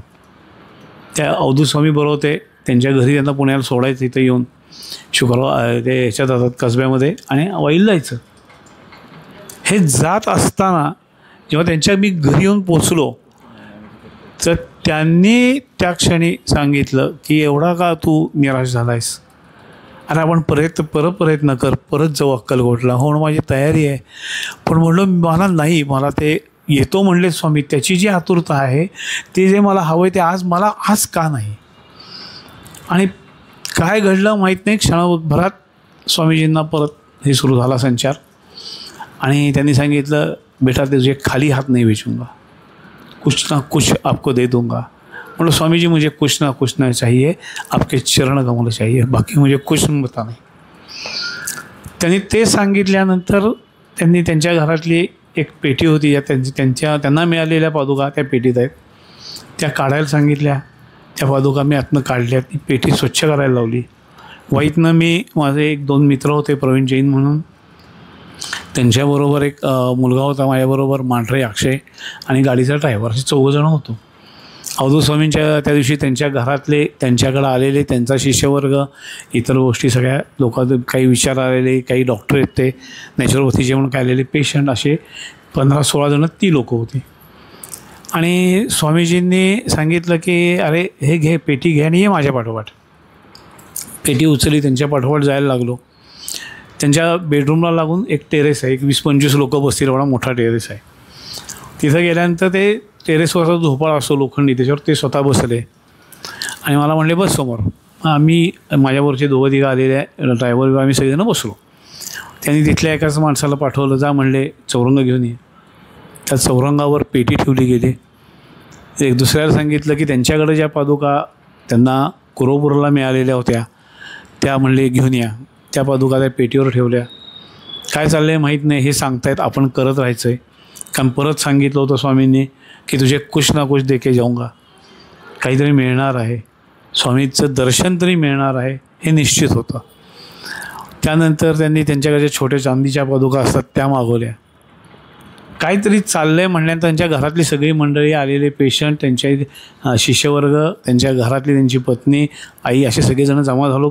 त्या भोवती सगळे बसलो. पेटीभोवती बसलो असताना त्यांनी एकाला सांगितलं की जा अष्टगंध घेऊन ये. त्या माणसानं जाऊन अष्टगंध आणलं. म्हणले अष्टगंध ओलं करा आणि त्या चांदीच्या पादुकांना लावा. आज्ञा त्यांनी दिली. त्याप्रमाणे अष्टगंध सगळ्यांनी थोडं एवढ्याशाच बारक्या पादुका प्रत्येकाने त्याला अष्टगंध लावलं. त्याला लेपन केल्यावर का अष्टगंध लावलं गेलं. आणि दुसऱ्या मिनिटावर म्हणले की एक काम करा, माझ्या ड्रायव्हरला म्हणले, राहुल म्हणून होता त्याला, टिनूला, की अरे सारथी त्या मोठ्या पादुका घे आणि माझ्या शेजारी, त्यांच्या शेजारी येऊन बस झोपाळ्यावर. मोठ्या पादुका घेऊन तो त्यांच्या शेजारी जाऊन बसला. अष्टगंध लावलेल्या चांदीच्या पादुका, तिथे एक लोखंडे म्हणून ग्रस्त होते त्यांच्याकडे आलेले, त्यांना सांगितलं तुम्ही त्या पादुका घ्या आणि माझ्या शेजारीजवळ बसा. मध्ये स्वामी इकडे एक पादुका घेऊन एक जण, इकडे एक पादुका घेऊन जण, बाकी आम्ही 14-15 जणं त्या पादुकांच्या भोवती गोल करून बसलेलो आहोत. आणि स्वामींनी सांगितलं अरे हाक दे स्वामीजींना की स्वामीजी या, मी न्यायला आलो आहे, तुमची वाट बघतो आहे आणि तुम्ही या. आणि ह्या सगळ्यांना सांगितलं की तुम्ही स्वामींचा जय जयकार करा. आणि म्हणले पेटीवर हात ठेव. त्याच्यात यांनी माझ्याकडं परत एकदा ती पेटी स्वच्छ करून घेतली होती. परत म्हणलं मगाशी तर केली आहे मी, उघड म्हणले पेटी स्वच्छ कर. पेटी स्वच्छ केली सगळी. पेटीतलं आत खाली एक कापड होतं, धोतरपान होतं, ते काढून झाडलं, स्वच्छ घडी घातली, ते ठेवलं. एक 10 रुपयाचं नाणं आणि त्याच्यावर एक सुपारी ठेवली आणि पेटी बंद केली. आणि स्वामी म्हणले पेटीवर हात ठेव. पेटीवर हात ठेवला. ह्या कालावधीत कधी डोळे मिटले होते, पेटी माझ्यापासून लांब गेली नाही. 14 जणं 15 जणं कडेनं बसलो आहे. सगळ्यांना म्हणले सगळेजणं पेटीवर हात ठेवा. मग ती 5-6 जणं पुढं बसू शकतो आपण गोल करून. मग कोणी मागणं दोघांच्या बंद हात, कोणी उभा राहून हात ठेवला गेला. मला स्वामींचा हे त्यांनी केलं की सांग स्वामींना न्यायला आलो आहे, चला, मी वाट पाहतो आहे तुमची, तुम्ही चला. आणि म्हणले आतुरते तुला आहे तर ती आतुरतेनं त्यांना साथ दे, स्वामी उभे आहेत. आणि एवढंच वाक्य फक्त म्हणलो मनात की स्वामी या, तुमची वाट बघतो आहे. मी उशीर केला आहे तुमच्याकडे यायला. फेब्रुवारीत तुम्ही मला सांगितलं, मी जुलैत तुमच्याकडे आलो आहे. ही माझी चूक आहे, मला मान्य आहे, पण रुसू नका, या तुम्ही, एवढंच म्हणलो. बाकी मनात सगळेजणं श्री स्वामी समर्थ ह्याचा जप करत होते. आणि त्या क्षणी पेटी हलली. पेटी हल्ल्यानंतर मला असं, आम्हाला सगळ्यांना वाटलं की माझा हात हल्ला, तुमचा हात हल्ला, ह्यांचा हात हल्ला. त्या 13 हात वेगवेगळ्या बाजूनं आलेले हलणार. पण सगळ्यांचं एक मत झालं की पेटी जड लागते. पेटी जड लागते म्हटल्यानंतर मी त्या अवधूत स्वामींकडे बघितलं. म्हणलं स्वामी, आणि म्हणले महाराज आहेत, उघडून बघ पेटी काय आहे. पेटी उघडली तर पेटीमध्ये पादुका आलेल्या होत्या. त्या पादुका एक काय, त्या पादुका ह्या आहेत. ह्या पादुका स्वामी समर्थांनी प्रगट होऊन ताब्यात दिलेल्या आहेत. आणि ज्या पद्धतीनं आम्ही चांदीच्या पादुकांना लेपन केलं होतं तसं लेपन करून त्या पादुका आलेल्या आहेत. आज हे लेपन तिथं आहे, ते लेपन त्या पादुकांचं त्यावेळेस आलेलंच लेपन तसं आहे. आजपर्यंत ते कधी वाळलं नाही आहे. वाळतं तेव्हा आपोआप ते ओलं होतं, आपोआप वाळतं, दोन्ही गोष्टी त्यांच्या चालू असतात. अशा पद्धतीच्या पादुका आहेत. हे सगळं मिळालं, ह्या सगळ्याची सुरुवात, या सगळ्या घटनेची सुरुवात हे मिळालं हे जनार्दन स्वामींनी दिलेल्या अनुग्रहापासूनच सुरुवात आहे. त्यांच्या आशीर्वादानं मिळालं आहे. त्यामुळं तो जास्त आनंद आहे की आज माझे स्वामी माझ्याबरोबर आहेत, जनार्दन स्वामी माझ्याबरोबर आहेत. हे नाही अवधूत चिंतन श्री गुरुदेव दत्त. इतक्या सगळ्यांचे ज्येष्ठ श्रेष्ठ आणि साक्षात असे अनुभव ऐकल्यानंतर मी काही बोलणं आणि पुढे आता खरं केळकर काकांना बोलायचं आहे, पण त्याच्या आधी आज आपल्याशी ज्योत्स्ना संवाद साधणार आहे. आता खरं ह्यांच्यानंतर बोलणं म्हणजे शिवधनुष्य पेलवण्या म्हणजे ते न पेलण्यासारखंच आहे ह्यांच्यानंतर बोलणं, पण स्वामींची इच्छा असं मी समजते आणि सुरू करते. गुरुर् ब्रह्मा गुरुर्विष्णू गुरुर्देव महेश्वर गुरुर साक्षात परब्रह्म तस्मै श्री गुरवे नमः. आज स्वामी देहात असते तर ते 98 वर्षाचे झाले असते. स्वामींच्या आई सौ पार्वतीबाई ह्यांना स्वामींच्या जन्माअगोदर खूप त्रास झाला. त्यावेळी त्यांनी डाकोरचे दैवत भगवान श्रीकृष्ण ह्याचा धावा केला आणि त्यांनी एक नवस बोलला आणि त्यानंतर स्वामींचा जन्म झाला. म्हणून स्वामी स्वतः म्हणायचे की मी श्रीकृष्णाच्या नवसाचा आहे, त्यामुळे कृष्णकृपेमुळेच मी पृथ्वीतलावर सुखरूपपणे आलो. सो जन्माच्या पूर्वीपासूनच कृष्णप्रेम परमपूज्य स्वामींमध्ये होते.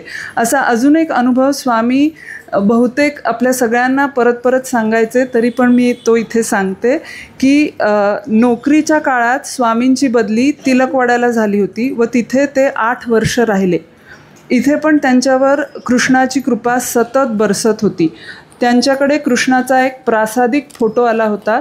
स्वामींचे खाणे पिणे जेवणे सगळं त्या फोटोच्या समोर व्हायचे आणि त्या फोटोमधनं अशी एक विशिष्ट गोष्ट व्हायची की त्या फोटोमधल्या श्रीकृष्णाच्या डोळ्यातून रेशमी किरणे स्वामींवर पडत असत आणि स्वामींचे देहभान हरपून जात असत आणि ते समाधी अवस्थेत जात असत आणि तसेच खूप काळ बसून राहायचे.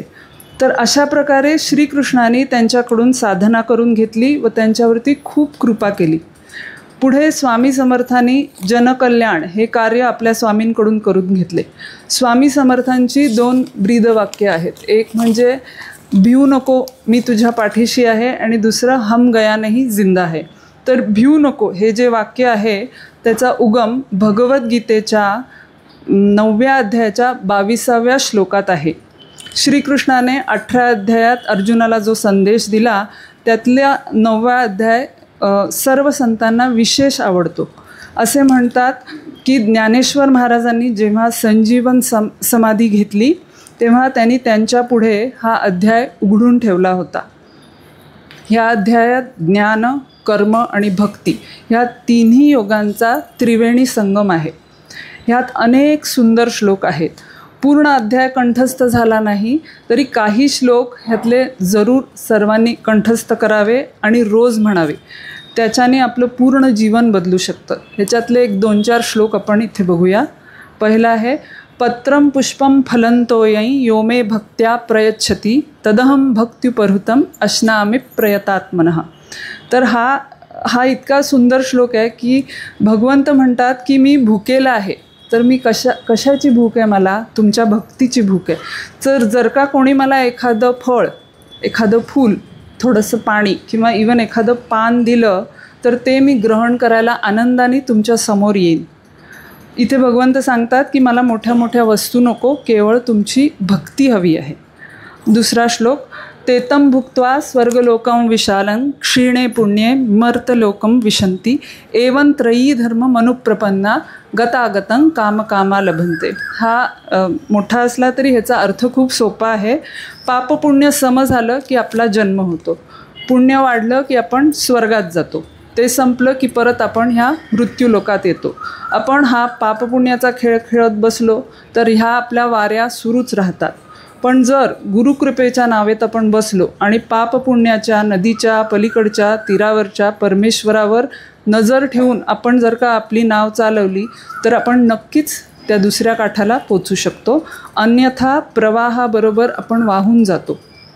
तिसरा श्लोक मला म्हणताना खूप आनंद होतो आहे कारण साठे काकांनी आज ह्याचा रेफरन्स दिला. तिसरा श्लोक असा आहे यत् करोषि यदश्नासी यज्जुहोषि ददासी यत् तपस्यसी कौंतेय तत् कुरुष्व मदर्पणम. ह्याच्यात भगवंत म्हणतात यत् करोषि म्हणजे तू जे जे काम करशील, यदश्नाशी म्हणजे जे जे तू खाशील म्हणजे इंद्रियांच्या द्वारे जे ग्रहण करशील, यज्जुहोषि ददासी यत् तपस्यसी म्हणजे जे यज्ञ दान आणि तप तू करशील, तत्कुरुष्व मदर्पणम म्हणजे ते सगळं मला अर्पण कर. तर ते कसं अर्पण करायचं काकाने सांगितलं. तसंच रोज रात्री झोपायच्या आधी आपण जी जी कर्म दिवसभरात केली, काय खाल्लं, काय प्यायलं, काय बोललो, काय चांगलं केलं, काय वाईट केलं, ते सगळं आठवायचं आणि श्रीकृष्णार्पणमस्तू असं म्हणायचं आणि स्वामींच्या चरणी अर्पण करायचं. हाच परमार्थ आणि हीच आपली साधना. आता इतकी सोपी साधना, ह्याच्याहून सोपी आपल्याला मिळणं कठीण आहे असं वाटतं. तर असे अनेक सुंदर आणि प्रॅक्टिकल श्लोक ह्या अध्यायात आहेत. आणि ह्यातला मेरुमणी म्हणजे स्वामी समर्थांचा आवडता श्लोक, अनन्याश्चिंतयन्तो माय ये जनाः पर्युपासते तेषां नित्याभियुक्तानां योगक्षेमं वहाम्यहम्. हा श्लोक आपल्या सगळ्यांना माहितीच आहे. थोडा सविस्तर बघूया. दुसरा भाग आधी बघूया. ह्याच्यात 4 शब्द आलेत, योग, क्षेम, वहामी आणि अहम. तर योग ह्या शब्दाचा अर्थ इथे आहे प्राप्त होणे, क्षेमचा अर्थ रक्षण करणे आणि वहामी अहम म्हणजे मी भार उचलीन त्याचा. म्हणजे भगवंत म्हणतात, अर्थात स्वामी म्हणतात की जे जे तुझ्या जीवनात कमी आहे, ज्याची तुला गरज आहे ते मी तुला प्राप्त करून देईन आणि जे काही तुझ्याजवळ आहे त्याचं मी रक्षण करीन. आता जेव्हा गुरु योगक्षेमम वहाम्यहम म्हणतात तेव्हा शिष्याच्या मूलभूत गरजा त्या पूर्ण करण्याचं ते आश्वासन आपल्याला देतात. मूलभूत म्हणजे रोटी, कपडावर मकान. आपल्याला आठवत असेल जेव्हा आपल्याकडे स्वामी राहायला यायचे तेव्हा ते कुटुंबातील प्रत्येक व्यक्तीची चौकशी करायचे आणि आपल्या गरजा काय आहेत ते नीट समजून घ्यायचे आणि अनेक लोकांना घर बांधा, घर घ्या हा सल्ला द्यायचे. आजही देहात नसताना स्वामींनी त्यांच्या भक्तांना घराच्या बाबतीत सल्ला दिलेली उदाहरणे आपल्याकडे आहेत. जेव्हा स्वामी आपल्या मूलभूत गरजा पूर्ण करतात तेव्हा त्यांनी दिलेले साधन करणं हे अपेक्षित आहे. तर साधनेला आपण किती वेळ देतो, साधना किती प्रामाणिकपणे करतो हे आपणच आपलं आत्मनिरीक्षण केलं पाहिजे. आता श्लोकाचा पहिला भाग बघूया, तो फार महत्त्वाचा आहे. ह्यात त्यांनी काय सांगितलं आहे, ह्यात त्यांनी 2 अटी सांगितल्या आहेत. कुठली पहिली अट म्हणजे ते म्हणतात की मी तुमचा योग आणि क्षेम बघीन जर तुम्ही अनन्याश्चिंतयन्तो माय म्हणजे अनन्यतेने फक्त माझं चिंतन केलं आणि पर्युपासते म्हणजे माझी उपासना केली आणि माझे पूजन केले तर मी तुमचा योगक्षेम नक्की वाहीन. आता अनन्यता म्हणजे काय, तर ज्ञानेश्वर महाराजांनी खूप सुंदर सांगितलं आहे. अनन्यता समजावण्यासाठी त्यांनी एका चिमणीचे उदाहरण दिले, चिमणीच्या पिलाचे उदाहरण दिलेलं आहे. जेव्हा ते पिलू जन्माला येते तेव्हा त्याचे डोळे बंद असतात आणि त्याला पंखही नसतात आणि तरी पण त्याला एवढंच कळतं की चिमणीची चाहूल लागली की ते लगेच आपली चोच जितकी जमेल तितक्या शक्तीने मोठी करून उघडते आणि जोरजोर चिवचिव करते आणि चिमणीने आळी किंवा दाणा घातला की ती चोच बंद करते. तर प्रॅक्टिकली आज आपण आपल्या जीवनात कर्म करताना पूर्ण शक्ती लावून कर्म करायची आणि कर्म केल्यानंतर शरण जाऊन आपला पुरुषार्थ स्वामींच्या चरणी ठेवायचा. त्या पिलाच्या चोचीत प्रत्येक वेळी चिमणी दाणा घालेल असे नाही, पण प्रत्येक वेळी त्यांनी प्रयत्न करणे आवश्यक आहे आणि ह्या कृतीने त्याचे संगोपन होणार हे निश्चित आहे. तर असा हा अत्यंत सुंदर, महत्त्वाचा आणि भक्ताला दिलासा देणारा व स्वामींचा आवडता श्लोक आहे.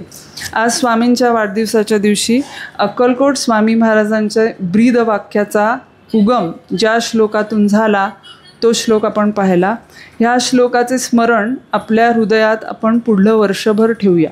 आपला योग आणि क्षेम ह्या दोन्ही गोष्टी स्वामी जबाबदारी घेणार आहेत, घेतलेलीच आहे ह्या दोन्ही गोष्टींची. हे जाणून घेऊन ह्या वर्षभरात आपण पुष्कळ नाम, ध्यान, साधना करून स्वामींना आपण प्रसन्न करूया. श्री स्वामी समर्थ. मला खूप टेन्शन आलं होतं की अश्विनी अगं साठे काका, त्याच्यानंतर रास्ते काका, पण स्वामींनी गुंफण तिच्या विषयाची आधीच ठरवलेली होती की गीता आपल्याला प्रत्येक वेळेला तुम्ही भवसागरातनं पार होताना जेव्हा सद्गुरूंनी तुमचा हात धरला आहे तेव्हा आपल्याला मोलाची साथ आणि हाक गीता देत असते. आपल्या स्वामींच्या देखील बोलण्यामध्ये बरेच वेळेला गीतेचा, दासबोधाचा उल्लेख यायचा. तर इतकं सुंदर आत्ता ह्या सगळ्यांचा परामर्श जो होता तो बोलण्यात आला ज्योत्स्नाच्या. आता मी केळकर काकांना विनंती करते की त्यांनी पण 2 शब्द बोलावेत. मीनाताईंची खूप इच्छा आहे की जे काही मोलाचं मार्गदर्शन केळकर काकांनी त्यांच्या काव्य सुमनांजलीला केलं आहे तर त्याच्यासाठी केळकर काकांचा पण सत्कार व्हावा. चिंतन श्री गुरुदेव दत्त.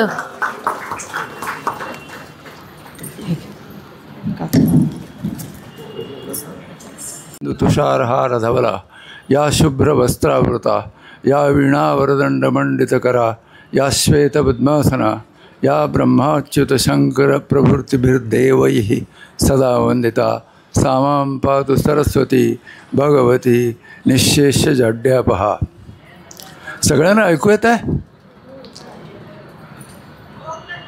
मी का विचारतो आहे की माझं हृदय आता भरून आलं आहे आणि बोलण्यासारखं काही शिल्लकच राहिलं नाही. हे तीन वक्त्यांनी जे जे काही सांगितलं आहे त्याच्या पलीकडे मी काय सांगणार ना. त्यामुळे मला एक जुनी आठवण माझ्या ऑफिसच्या कारकिर्दीतली एक येते, ती पहिल्यांदा सांगतो आणि नंतर मग मला जे काय बोलायचं ते बोलतो. एका समारंभात खूप उशीर झाला आणि बरेच वक्ते बोलणारे होते आणि अध्यक्षांना त्याचा समारोप करायचा होता आणि वेळ निघून गेली होती. मग अध्यक्षांना ज्या वेळेला सांगितलं समारोप करायचा आहे तर त्यावेळेला अध्यक्ष उभे राहिले आणि म्हणाले, इंग्रजीत म्हणाले, do you want a short speech or a long speech असं म्हणाले. तर सगळे लोक आता कंटाळले होते, म्हणजे बराच वेळ सगळ्यांचं ऐकलं होतं. इथं असं म्हणत नाही, इथं आत्ता वेगळं आहे, एकदम सगळ्यांनी मनपूर्वक ऐकलेलं आहे आणि जे आयुष्यात महत्त्वाचं आहे ते ऐकलेलं आहे. पण त्या सभेचं सांगतोय, कंटाळले होते त्यामुळे आणि जेवायची वेळ झाली होती त्यामुळे तिकडे जेवणाची ताटं बिटं ठेवली होती. ते म्हणाले शॉर्ट स्पीच म्हणाले. मग अध्यक्ष म्हणाले थँक्यू म्हणून खाली बसले. झालं स्पीच, थँक्यू म्हटलं की स्पीच झालं ना. पण एक जण त्याच्यात उठले आणि म्हणाले, you asked us whether you want a short speech or a long speech. तर what would have been your long speech if we had said long speech. तर लगेच अध्यक्ष उभे राहिले, म्हणाले, I would have said thank you very much आणि परत बसलो असतो. पण तशी माझी परिस्थिती झाली आहे. मी फक्त वयाने मोठा आहे म्हणून इथे बसलो आहे, पण वयाचा काहीही संबंध नाही. हे आपण वारंवार आपल्या इतिहासामध्ये बघितलेलं आहे. 16व्या वर्षी ज्ञानेश्वर महाराजांनी ज्ञानेश्वरी लिहिली, 21व्या वर्षी समाधी घेतली त्यांनी, 32व्या वर्षी शंकराचार्य सगळे चार ठिकाणी पीठं थांबवून सगळीकडे करून 32व्या वर्षी त्यांचं आयुष्य संपलं. 39व्या वर्षी विवेकानंदांनी आपलं आयुष्य संपवलं. संबंध जगाला त्यांनी संदेश दिला. सिस्टर्स अँड ब्रदर्स म्हटल्यावर संबंध जग जागृत झालं. 39. टेंबेस्वामी 59व्या वर्षी त्याने आयुष्य संपवलं. 23 चातुर्मास केले टेंबेस्वामी. नाना महाराज तळाणेकर काय, गोवणे महाराज काय, दोघंही टेंबेस्वामीचे शिष्य आहेत. तर हे सगळे ह्यांच्यापेक्षा इतकं आयुष्य जास्त देऊन आम्ही काय केलं असं आत्ता ज्या ज्योत्स्ना रानडेंनी सांगितलं. रात्री जाऊन देवासमोर जर आढावा घ्यायचा ठरला तर इतकं आयुष्य दिलं, आम्ही काय केलं, 7 दिवसभर काय केलं. आणि ते सगळं कृष्णार्पण वस्तू म्हणताना सुद्धा आपल्याला आतून चौकशी करायला पाहिजे. कृष्णार्पण वस्तू मी केलेलं सगळं अर्पण करतो आहे तर तुझ्यासाठी करतो आहे का, हे आत्मजागृती तिथे निर्माण व्हायला पाहिजे. त्या सगळ्यामध्ये मी नापास आहे. त्यामुळं तरीसुद्धा काय होतं की साईबाबांच्या फोटोखाली लिहिलेलं असतं की मैं तेरा आणि तू मेरा असं लिहिलं असतं. तर सारखं आपण माहीत आहे नामस्मरणाचं आहे. आणि आता सांगितलं नामस्मरणाचं काही न करोने प्राणी नामस्मरण काय, तो श्लोक रामदास स्वामींचा आहे. काहीच न करोनी प्राणी रामनाम जपे वाणी, तेणे संतुष्ट चक्रपाणे भक्ता लागी सांभाळे. आकाशात पतितंतोयम यथागच्छित सागरम सर्वदेव नमस्कार केशवम प्रतिगच्छित. ज्ञान असो, भक्ती असो, योग असो, शक्तिपात योग असो, कुठलाही असो, शेवटी एव्हरेस्ट एकच आहे. आणि याने शेवटी सगळं करून नामस्मरणावरच भर देण्याचं त्याने आपल्याला मार्गदर्शन केलेलं आहे. त्यामुळे कुठलाही मार्ग धरा त्याच्यामध्ये मला असंच वाटतं की सातत्य आणि निष्ठा आणि त्याने प्रेमाविषयी सांगितलं, प्रेम. आणि असं जर ठरवून एक ठराविक जागेला, ठराविक वेळी, ठराविक जप, नियम पाळावे जरी म्हणशील योगी व्हावे असं म्हणतात ना, तर ते बसायला जर सुरुवात केली तर एखाद दिवशी आपल्याला उशीर झाला तर देव आपली वाट बघत असतो की तुम्ही नामस्मरणाला उशीर का केला. असे अनुभव आलेले लोक आहेत. आता त्यांनी अनेक अनुभव सांगितले. मानसपूजेमध्ये गोंधळलेला असा अनुभव आहे की मानसपूजा करताना ते एकदम सेवेकरी घाईघाईनं आले आणि त्यांना तिथे त्या मानसपूजा करणाऱ्या बाईला ती अत्तर लावत होते पादुकांच्यावर, तर अत्तराचा फाया पडला त्याच्या हातातून. तर वाईट वाटलं तिला, अत्तर लावायच्या ते सगळं पडलं, हे मानसपूजेत. आणि मग नंतर ते सेवेकरी गेले, पूजा करून गेले, हिनं मानसपूजा पूर्ण केली. पण पुढे ज्या वेळेला बेलसराच्या खोलीत त्या बसली होती त्यावेळेला तिनं हा अनुभव बेलसराने सांगितला. बेलसर एकदम टाळी वाजून म्हणाले, तरीच तर मी म्हणत होतो की पहाटे एवढा अत्तराचा घमघमाटाचा वास कुठून आला, असं बेलसरे म्हणत होते. म्हणजे मानसपूजेला देखील महत्त्व आहे. कारण स्थूल सूक्ष्म कारण महाकारण, जागृती स्वप्न सुषुप्ती तुर्या हे नुसते शब्द नाही आहेत. तर सूक्ष्मात जे जे काय होत असतं त्याचे परिणाम होत असतात. मानसपूजा ही सूक्ष्म आहे, त्यामुळं ती स्थूलापेक्षा ती कमी आहे वगैरे असं म्हणायचं काहीच कारण नाही. स्थूलामध्ये किती प्रकारचे आपल्याला व्यवधानं सांभाळावं लागतात तर ती पूजा होते. मानसपूजा तुम्ही काहीही करू शकता. तुम्हाला कुठलं पाहिजे, ब्रह्मकमळ पाहिजे ते सुद्धा तुम्ही मानसपूजेला आणू शकता. त्यामुळे मानसपूजेचं महत्त्व सांगितलं आहे. आता मला बोलायला सांगितलं की इतक्या गोष्टी मला आठवत आहेत. या नाना महाराज तराणीकर टेंबे स्वामींचे शिष्य, गोळणे महाराज टेंबे स्वामींचे शिष्य, नंतर हे आता यांचे नाना महाराज पण गुरु आहेत आणि गोळणे महाराज पण गुरु आहेत. आणि गोळणे महाराज काय सांगू, काय आता तुम्हाला सांगू. तर माझी थोडक्यात सांगतो, जास्त नाही सांगत. मी सुरुवातीला गोळणे महाराजांकडे गेलेलो नव्हतो. मी सुरुवातीला गणेशपुरीला नित्यानंद आणि मुक्तानंदांकडे जात होतो आणि तिथे 2 वर्ष गेलो. पहिल्याच भेटीत मी त्यांना विचारलं की मला मुक्तानंदानं भेटायचं आहे. नारळाला पाणी घालत होते. ते म्हणाले मीच मुक्तानंद आहे. त्यावेळेला ते आंतरराष्ट्रीय स्तरावरचे साधू झालेले नव्हते. आणि मग ते आतमध्ये बसले आणि एकदम इंटरनॅशनल जर्नलिस्टिक कॉन्फरन्सचे सगळे लोक आले आणि त्याने त्यांचे प्रश्नावळ केली.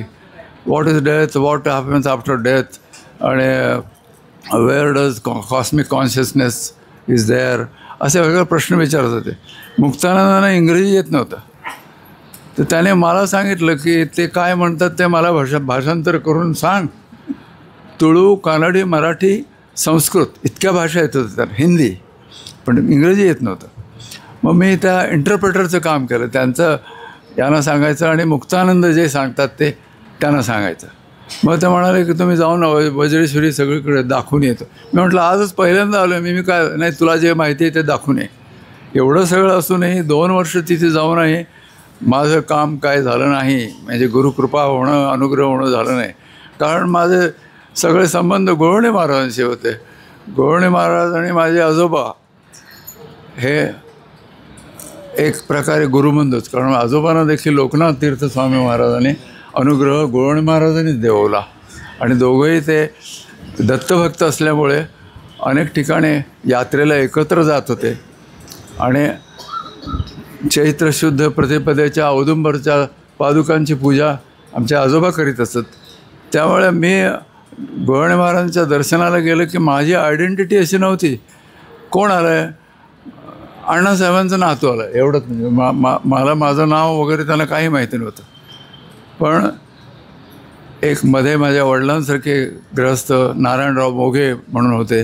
ते म्हणाले इकडे तिकडे भटकू नको, गोळणे महाराज तुझे गुरु आहेत. आणि ते मला शेवटी पटलं, म्हणजे पटावंच लागलं. आणि मग तुम्हाला जसं पत्र दीक्षा अगोदर दिली, मलाही संकल्प दीक्षा दिली आणि आश्रमात बोलावलं. 3 दिवस राहिलो. खूप सहवास मिळाला. खूप म्हणता येणार नाही कारण मी मुंबईला ते पुण्याला होते. पण आमच्या घरी कर्नाटकात आले आणि जिथे 1910 साली त्यांनी टेंबे स्वामींच्या बरोबर चातुर्मास हावनूरच्या ठिकाणी त्रिपुरांतकेश्वर मंदिरात केलेला होता. तिथे तुम्हाला ज्या वर्षी अनुग्रह झाला त्या वर्षी महाराज हावेरीला आलेले होते. तर 3.5 दिवस, ते 3.5 दिवस म्हणजे 3.5 मुहूर्तासारखे मला वाटतात. वर्षातले 3.5 मुहूर्त असतात, तसे आमचे दिवस कसे गेले कळलं नाही. आणि त्यांच्याबरोबरचा तो सहवास असा हृदयात कोरून ठेवलेला आहे. असे खूप साधू संतांचा समागम झाला. ज्या वेळेला 83-84 साली आमच्या शेजारी काय करू मध्ये मध्ये आम्हाला भरून येतं. जनार्दन स्वामी आले. आपली पद्धत अशी असते की अश्विनी किती वेळ आहे सांगा, नाही तर माझं भान माझं हरपलं की सगळं.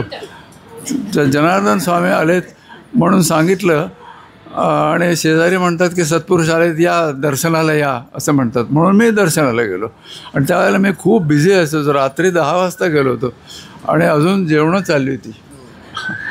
जनार्दन स्वामी कोरांटकांकडे अजून जेवणं चालली होती. मग ते म्हणाले की गुळवणी महाराजांचे आलेत ते अनुग्रहित. मग जेवण संपून जनार्दन स्वामी आले. म्हणाले गुळवणी महाराज आहेस तू? अरे मला पण गुळवणी महाराजांचा अनुग्रह घ्यायचा होता असे जनार्दन स्वामी म्हणाले. त्याचा बॅकग्राऊंड असा होता की ते ज्या वेळेला अहमदाबादला गेले होते तर तिथे डॉक्टर हर्डीकर म्हणून होते अहमदाबादला. हर्डीकरांकडे ते उतरले होते. आणि जनार्दन स्वामींना आता 23 जून 2025 आहे, पण 23 जून 2027ला जनार्दन स्वामींचा जन्म झालेल्या गोष्टी सगळ्यांनी सांगितल्या. आणि 27ला शतसांवत्सरिक हे होणार आहे, 100 वर्ष पूर्ण होणार आहेत पुढल्या 27ला. तर बरेच लोक अपेक्षा करत आहेत की 100 वर्षाचं मोठ्या प्रमाणावर पण करावं. तर विषयांतर होतं आहे. पण मग ते म्हणाले की अरे तू तर गुळवणी महाराजांचा आहेस, आता तुला काय सांगायचं, पण मला थोडंसं लिखाण करायचं, करशील का तू? म्हटलं आता रात्री 12 वाजले तर आता कसलं लिखाण करायचं. पण त्याने सांगितलं, काय लिहिलं मला माहिती नाही, त्याने काय सांगितलं मला आत्ता आठवत नाही, पण पहाटे 3 वाजले. मग मी म्हटलं माझी बोटं दुखायला लागली, ऑफिसला मला परत लवकर जायचं असतं, मला माफ करा. ही माझी पहिली भेट आहे जनार्दन स्वामींची. पुढं मग अनेक अनेक अनेक गोष्टी झाल्या, अनेक प्रकारे त्यांनी अनुभव दिले. आणि ज्या अनुभवामध्ये 4 गोष्टी नाहीशा होतात. देहभान नाहीसं होतं, स्थळाचं हे नाहीसं होतं, कुठल्या गावात हे नाहीसं होतं, तुमचं नाव आणि आयडेंटिटी आणि अस्मिता जी आहे ती नाहीशी होते, आणि कालाचं भान नाहीसे होतं. आता काय आहे, एखाद्या दैवताचं दर्शन होणं हा एक भाग आहे, आणि काही दर्शन नाही, तुमचं अस्तित्वच नाहीसं होणं हा एक दुसरा भाग आहे. त्यामुळे तुझं सगुण म्हणो की निर्गुण म्हणो, तुझं दृश्य म्हणो की अदृश्य म्हणो, सगुण निर्गुण गोविंदू रे म्हणून जे ज्ञानेश्वर महाराजांचं आहे तसं ते सगळं आहे. मी त्याच्यात खोलात शिरत नाही, पण थोडक्यात मला एवढंच सांगावं असं वाटतं की सत्संगाचं महत्त्व फार आहे. स्वामींनी ते त्यांचा एक आवडता श्लोक होता, सत्संगत्वे निस्संगत्वम, निस्संगत्वे निर्मोहत्वम, निर्मोहत्वे निर्मोहत्वे निश्चलत्वम, निश्चलत्वे जीवनमुक्ता. हा स्वामींचा आवडता श्लोक होता. म्हणजे सत्संग करत राहिला की हळूहळू निस्संग होतं, म्हणजे बाकीच्या ज्या काय षड्रिगुणांच्यामुळं तुमच्यावर कवते सगळे नाहीसे होतात. आणि निस्संग एकदा झाला की मोह पण नाहीसं होतो, आणि मोह नाहीसं झाला की मनुष्य निश्चल, म्हणजे एका ज्याला अनुसंधान टिकवायचं असतं त्या अनुसंधान तयार व्हायला की झालं काम. कारण अनुसंधान म्हणजे काय, त्याच्याच स्मरणात हे आता किती कोटी जप केलं मला आठवत नाही, म्हणजे कोटी कोटी प्रणाम तुम्हाला. स्वामी जे स्वामी मंत्रदीक्षा पण द्यायचे, शक्तिपात दीक्षा पण द्यायचे, स्पर्श दीक्षा, दृष्टीनं दीक्षा, नंतर मंत्रदीक्षा, असे 4 प्रकारचे कुठल्याही प्रकारचे दीक्षा द्यायचे. तर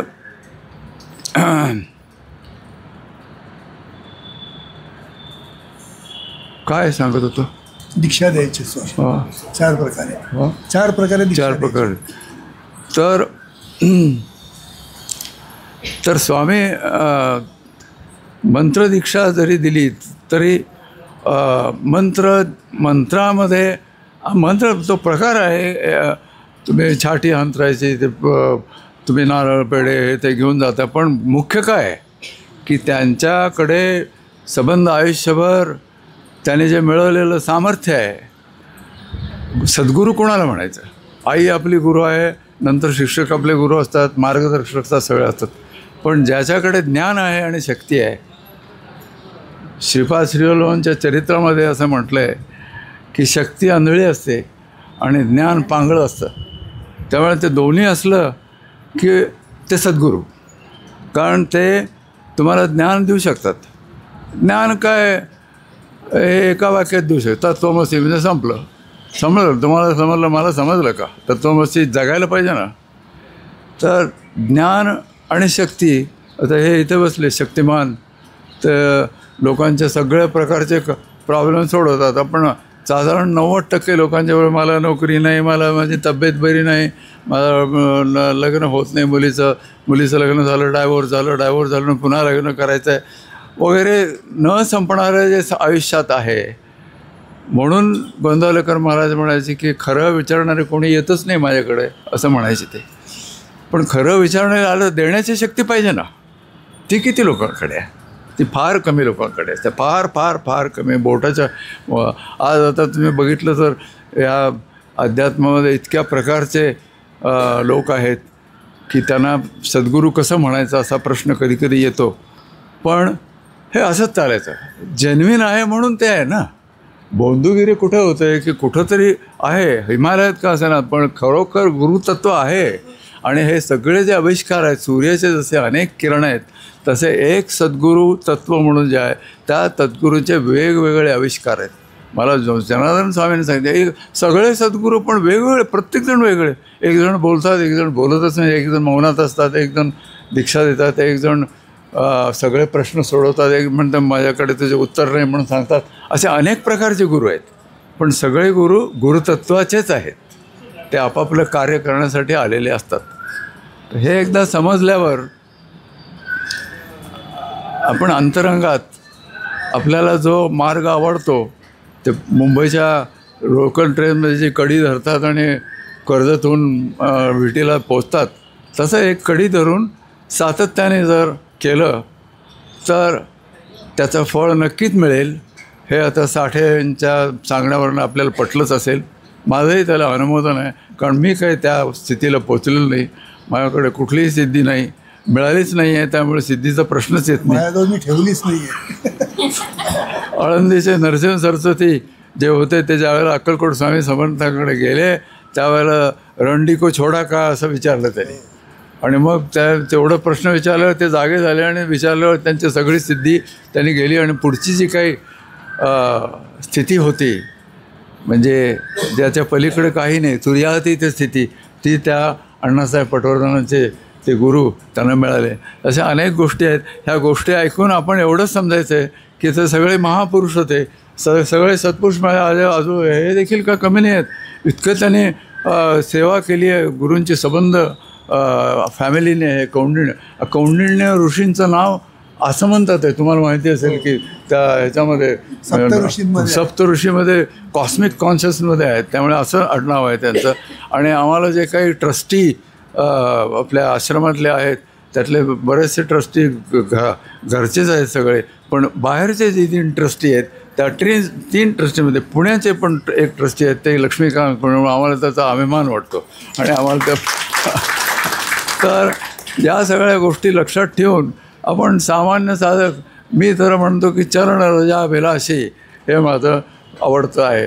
मी जे स्तुती करतो रोज देवासमोर की बा देवा, खरोखर सांगतो मी, देवा आज उजाडलं, म्हणजे आजचा दिवस दिलाच तो मला. पु ल देशपांडेने एकदा असं झालं होतं की त्यांना भेटले की लोक विचारायचे की त्यांचे गुडघे दुखतात, माझे गुडघे, एवढंच साम्य माझ्या त्याच्यामध्ये. ते महान साहित्यिक होते. तर त्यांना विचारायचे लोक की तुमचे गुडघे कसे आहेत, तुमचे गुडघे कसे आहेत असं विचारायचे. ते म्हणाले अहो माझे गुडघे बिघडतच चाललेत, पण माझं विचारतच नाही, तुम्ही कसे आहात विचारतच नाही तुम्ही. म्हणून ते एकदा म्हणाले माझे गुडघे आणि मी एकाच शरीरात आनंदाने राहतो, तुम्हाला काय म्हणायचं आहे का असं विचारलं. मग म्हणाले की तुमची तब्येत कशी आहे असं विचारायला लागले. आता तब्येत म्हणजे अशी आहे की रोज काहीतरी मला होत असतं. 80 नंतरचं हे दशक असं आहे. आता 80चं संपूर्ण माझं पुढचं नॉन एजेरियन, सेक्स्टोजेनेरियन, सेप्टोजेनेरियन, ऑक्टोजेनेरियन आपण क्लासेस वगैरे चालवतो असं मी आणि नॉन एजेरियन. तर नॉन एजेरियन दशकात रोज काहीतरी होत असतं. मी आमच्या फॅमिली डॉक्टरकडे जातो, त्यांना सांगतो असं असं होते, त्यांना काय ते कळत नाही, ते लगेच ECG हे ते काढायला सांगतात आणि ते काय सांगतात ते मला कळत नाही. त्यामुळे मी त्यांच्याकडे जाणं बंद करून टाकलं आहे आता फॅमिली डॉक्टरांकडे. पण सकाळी उठल्यावर काहीतरी होत असतं रोज, पण एखाद दिवशी काहीच जर झालं नाही तर मी मला चिमटा काढून बघतो की मी आहे की नाही, आणि मग लक्षात आहे की मी आहे. म्हणून म्हणतो की every day is the grace of the Lord. दिवस तो दिला आणि दिवस मावळल्यावर बघा असे उच्चार इकडे तिकडे होतात. मावळल्यावर जे काय अनुसंधान केलं आहे आणि त्यांनी जे सांगितलं की ते आपण सगळं अकाउंट द्यायचं त्यांच्यासमोर करायचा आणि सबंध दिवसाचं त्यांचं, ही देखील भक्ती आहे. नवविधा भक्तीमध्ये ही सुद्धा भक्ती आहे आणि कुठल्याही एका भक्तीनं प्रसन्न होतो देव.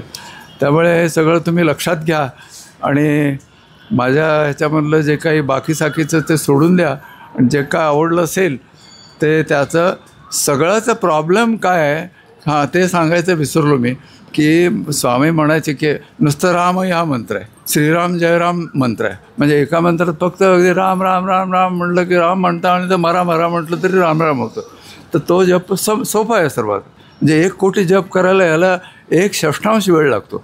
पण श्रीराम जयराम जय जय राम आणि आपण केलेला मंत्र श्री स्वामी समर्थ जय जय स्वामी समर्थ, सद्गुरू स्वामी समर्थ जय जय, ह्याला काही वर्ष लागतील.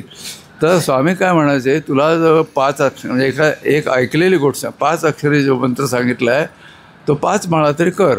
ह्याचा अर्थ 5च माळा कर असं नाही आहे. चुकतं कुठे की 5च माळा कर नाही, 5 कमीत कमी 5 माळा कर असा त्याचा अर्थ. पण आपल्याला काय शक्यतो बाकीच्या सगळ्या सांसारिक गोष्टी आणि आत्ता तर इकडे युद्ध चाललं आहे तिकडे, माझं सांगतो हां मी तुमचं सांगत नाही, इकडे युद्ध तिकडे युद्ध झालं, हे काय झालं ते काय झालं. 25 साल इतकं वाईट आहे म्हणून सगळ्यांचं भविष्य आहे की आज आता इतक्या आनंदात आहोत. 25 सालचं ते आपल्याला आठवण आहे का आत्ता या क्षणात. त्यामुळे आनंदाचे क्षण आपल्यासाठी जे साधन करत आहेत त्यांच्यासाठी काही गेलेले नाही आहेत. पण इतर जे आहे आत्ता अति भयानक परिस्थिती आहे हे मात्र मान्य करावं लागलं. काय वाढून ठेवलं माहिती नाही, पण आपण सुरक्षित आहोत. कारण अनन्यास चिंतयन्तो ये त्यांना परिउपासते तो श्लोक शेवटच्या क्षणी स्वामी समर्थानं जो सांगितला आणि भिवू नको तुझ्या पाठीचं, तो एकाच अर्थाचा श्लोक आहे. त्यामुळे शंकराचार्याने एकदा म्हटलं होतं की उत्तम कुटुंबात जन्म, जिज्ञासू वृत्ती आणि सद्गुरू प्राप्ती ह्या 3 झाल्या तर तुमचं जे जीवन यशस्वी होतं. इथे सगळे बसलेली मंडळीने सगळं मिळालेलं आहे म्हणूनच ते इथं आलेत. त्यामुळे आपण आपलं जीवन सार्थक करून घ्यावं. हे जसे मोठी मोठी मंडळी बसलीत त्यांनी सांगितलेले शब्द लक्षात ठेवून आपलं जीवन सार्थक करून घ्यावं आणि ते सार्थक करण्यासाठी आपल्याला मी शरणागत आहे, मी ऋणी आहे, मी कृतज्ञ आहे अशी प्रार्थना करण्याची बुद्धी त्यांनी द्यावी. आणि मी सदैव तुझ्या पायाच्या धुळीच्या कणाच्या पलीकडचा आहे. म्हणजे मला त्या दयामाता म्हणून आल्या होत्या त्या फॉरेनर लेडी, बाबाजींच्या ह्याच्यामध्ये दयामाता योगानंदांच्या शिष्या योगोडा सोसायटीच्या त्या आल्या होत्या. त्या म्हणाल्या की मी हिंदुस्थानात माझं काय, मी काय सांगणार तुम्हाला म्हणाले. मी आमच्या गुरु जिथे हिंडले तिथे बघायला आले मी बंगालमध्ये आणि ती जी धूळ आहे ती धूळ माझ्या कपाळाला लावायला मी आले असं ते म्हणाले. तर आपण ते हे सगळं लक्षात ठेवून काय करायचं पाहिजे हे आता आपल्याला समजलं असेल. जे काय करायला पाहिजे ते मात्र नियमाने व्यवस्थित करीत राहा तर स्वामींची कृपा सदैव बरसत राहील. एवढं सांगून माझे शब्द संपवतो. धन्यवाद.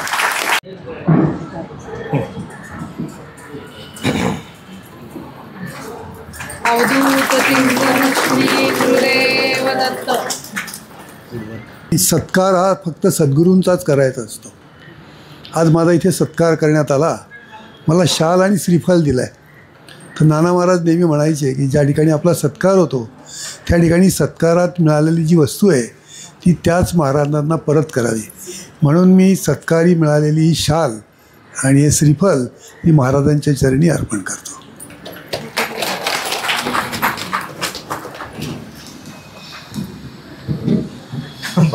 मीनाताईंना मोलाचं मार्गदर्शन देवस्थळी काकूंचं देखील झालेलं आहे. सो देवस्थळी काकूंचा आता ओटी भरून त्या सत्कार करतायत आणि त्यानंतर देवस्थळी काकू आपलं मनोगत व्यक्त करतील. अवधूत चिंतन श्री गुरुदेव दत्त.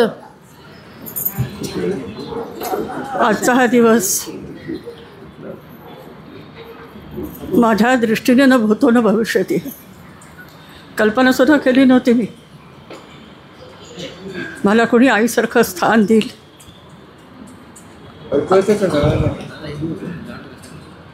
आणि मला अशा मुलीला आशीर्वाद देण्याची संधी मिळेल.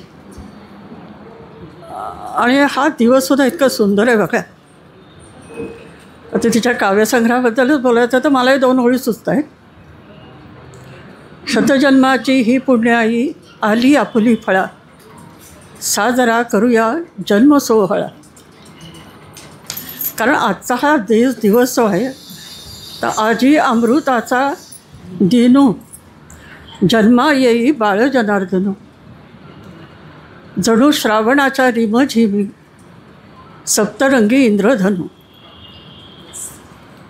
अशा काळी असं वाटतं मला आपण गुरुकुलात बसलोत. एक मोठा वटवृक्ष आहे, वटवृक्षाने मी ध्यानस्थ सत्पुरुषासारखा दिसतो आणि त्याच्या पारंब्या असतात ना त्या अशा अधिकारी व्यक्तींच्या असतात. सत्पुरुष असतो, पानं सळसळत असतात, सावली देतात, सुखदुःखाच्या वेळी साथ देणारी अशी माणसं असतात, ही वटवृक्ष आहेत. आज त्या वटवृक्षाच्या खाली बसून मला असा आशीर्वाद देण्याची संधी मिळावी या परत ते पुण्य दुसरं कुठलं नाही. आता तिच्याबद्दल सांगायचं, तिची माझी ओळख अशी साधारण बोलताना वगैरे अशीच झालेली. परंतु एक तत्त्व मी महाराजांनी एक फार चांगलं सांगितलं होतं स्वामींनी, यांच्या इतके अनुभव नाही आहेत मला, साधी गृहिणी मी.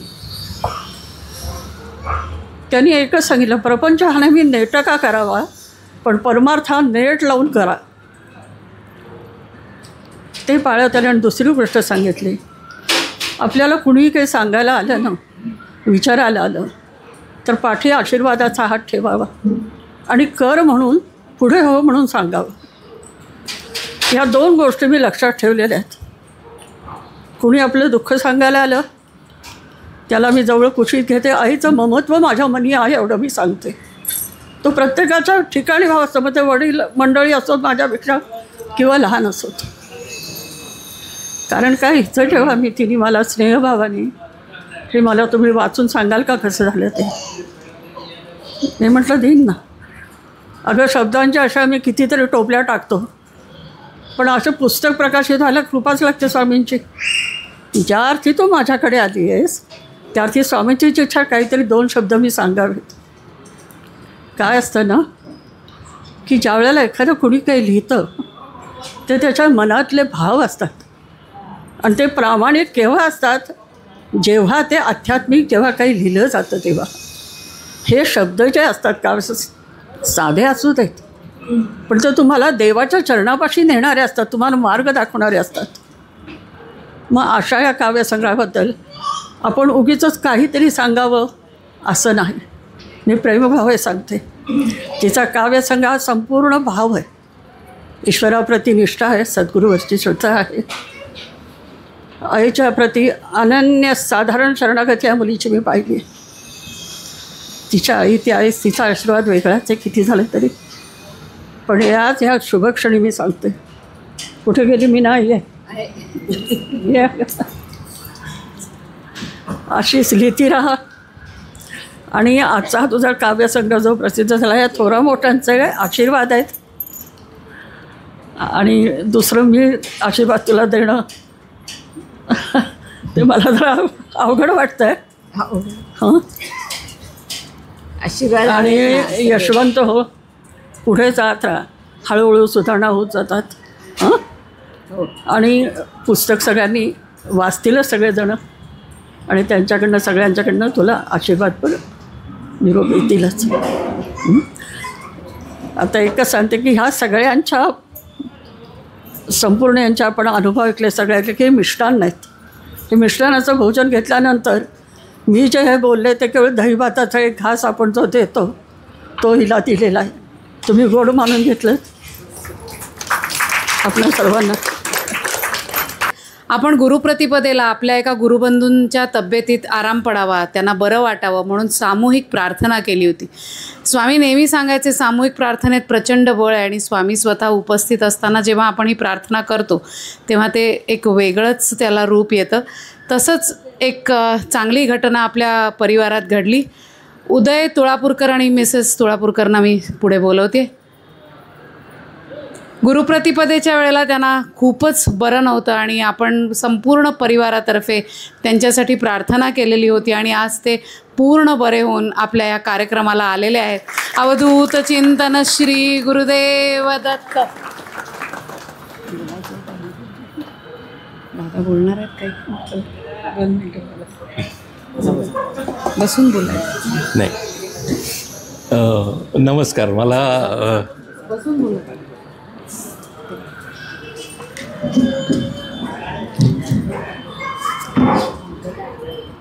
नमस्कार.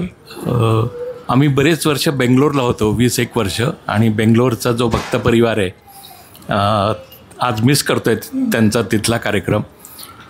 दरवर्षी आणि इवन आमच्या घरी पण आम्हाला स्वामींची सेवा करायची संधी मिळाली.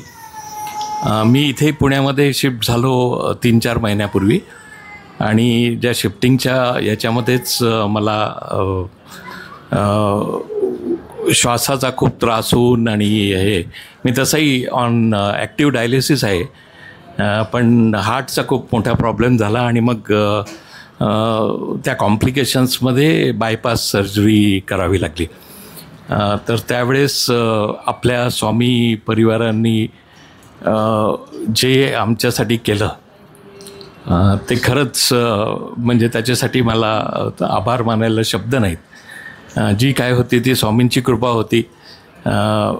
डॉक्टरचं म्हणणं असं होतं की 20%-25% हार्ट चालू आहे, आणि त्या परिस्थितीमध्ये कॉम्प्लिकेटेड सर्जरी करत असताना आपण सर्वांनी जे मला सहकार्य केलं, जे माझ्यासाठी प्रार्थना केलीत, स्वामींचे जे आशीर्वाद राहिले त्याबद्दल खूप खूप धन्यवाद. आणि बस अजून काय. आज मी खरं तर ट्रस्टतर्फे एक अनाऊन्समेंट म्हणून बोलणारच होतो, पण स्वामींची योजना अशी की त्याचा उल्लेख काकांनी केला म्हणजे स्वामींनीच केला आहे त्यांच्या बोलण्यामध्ये.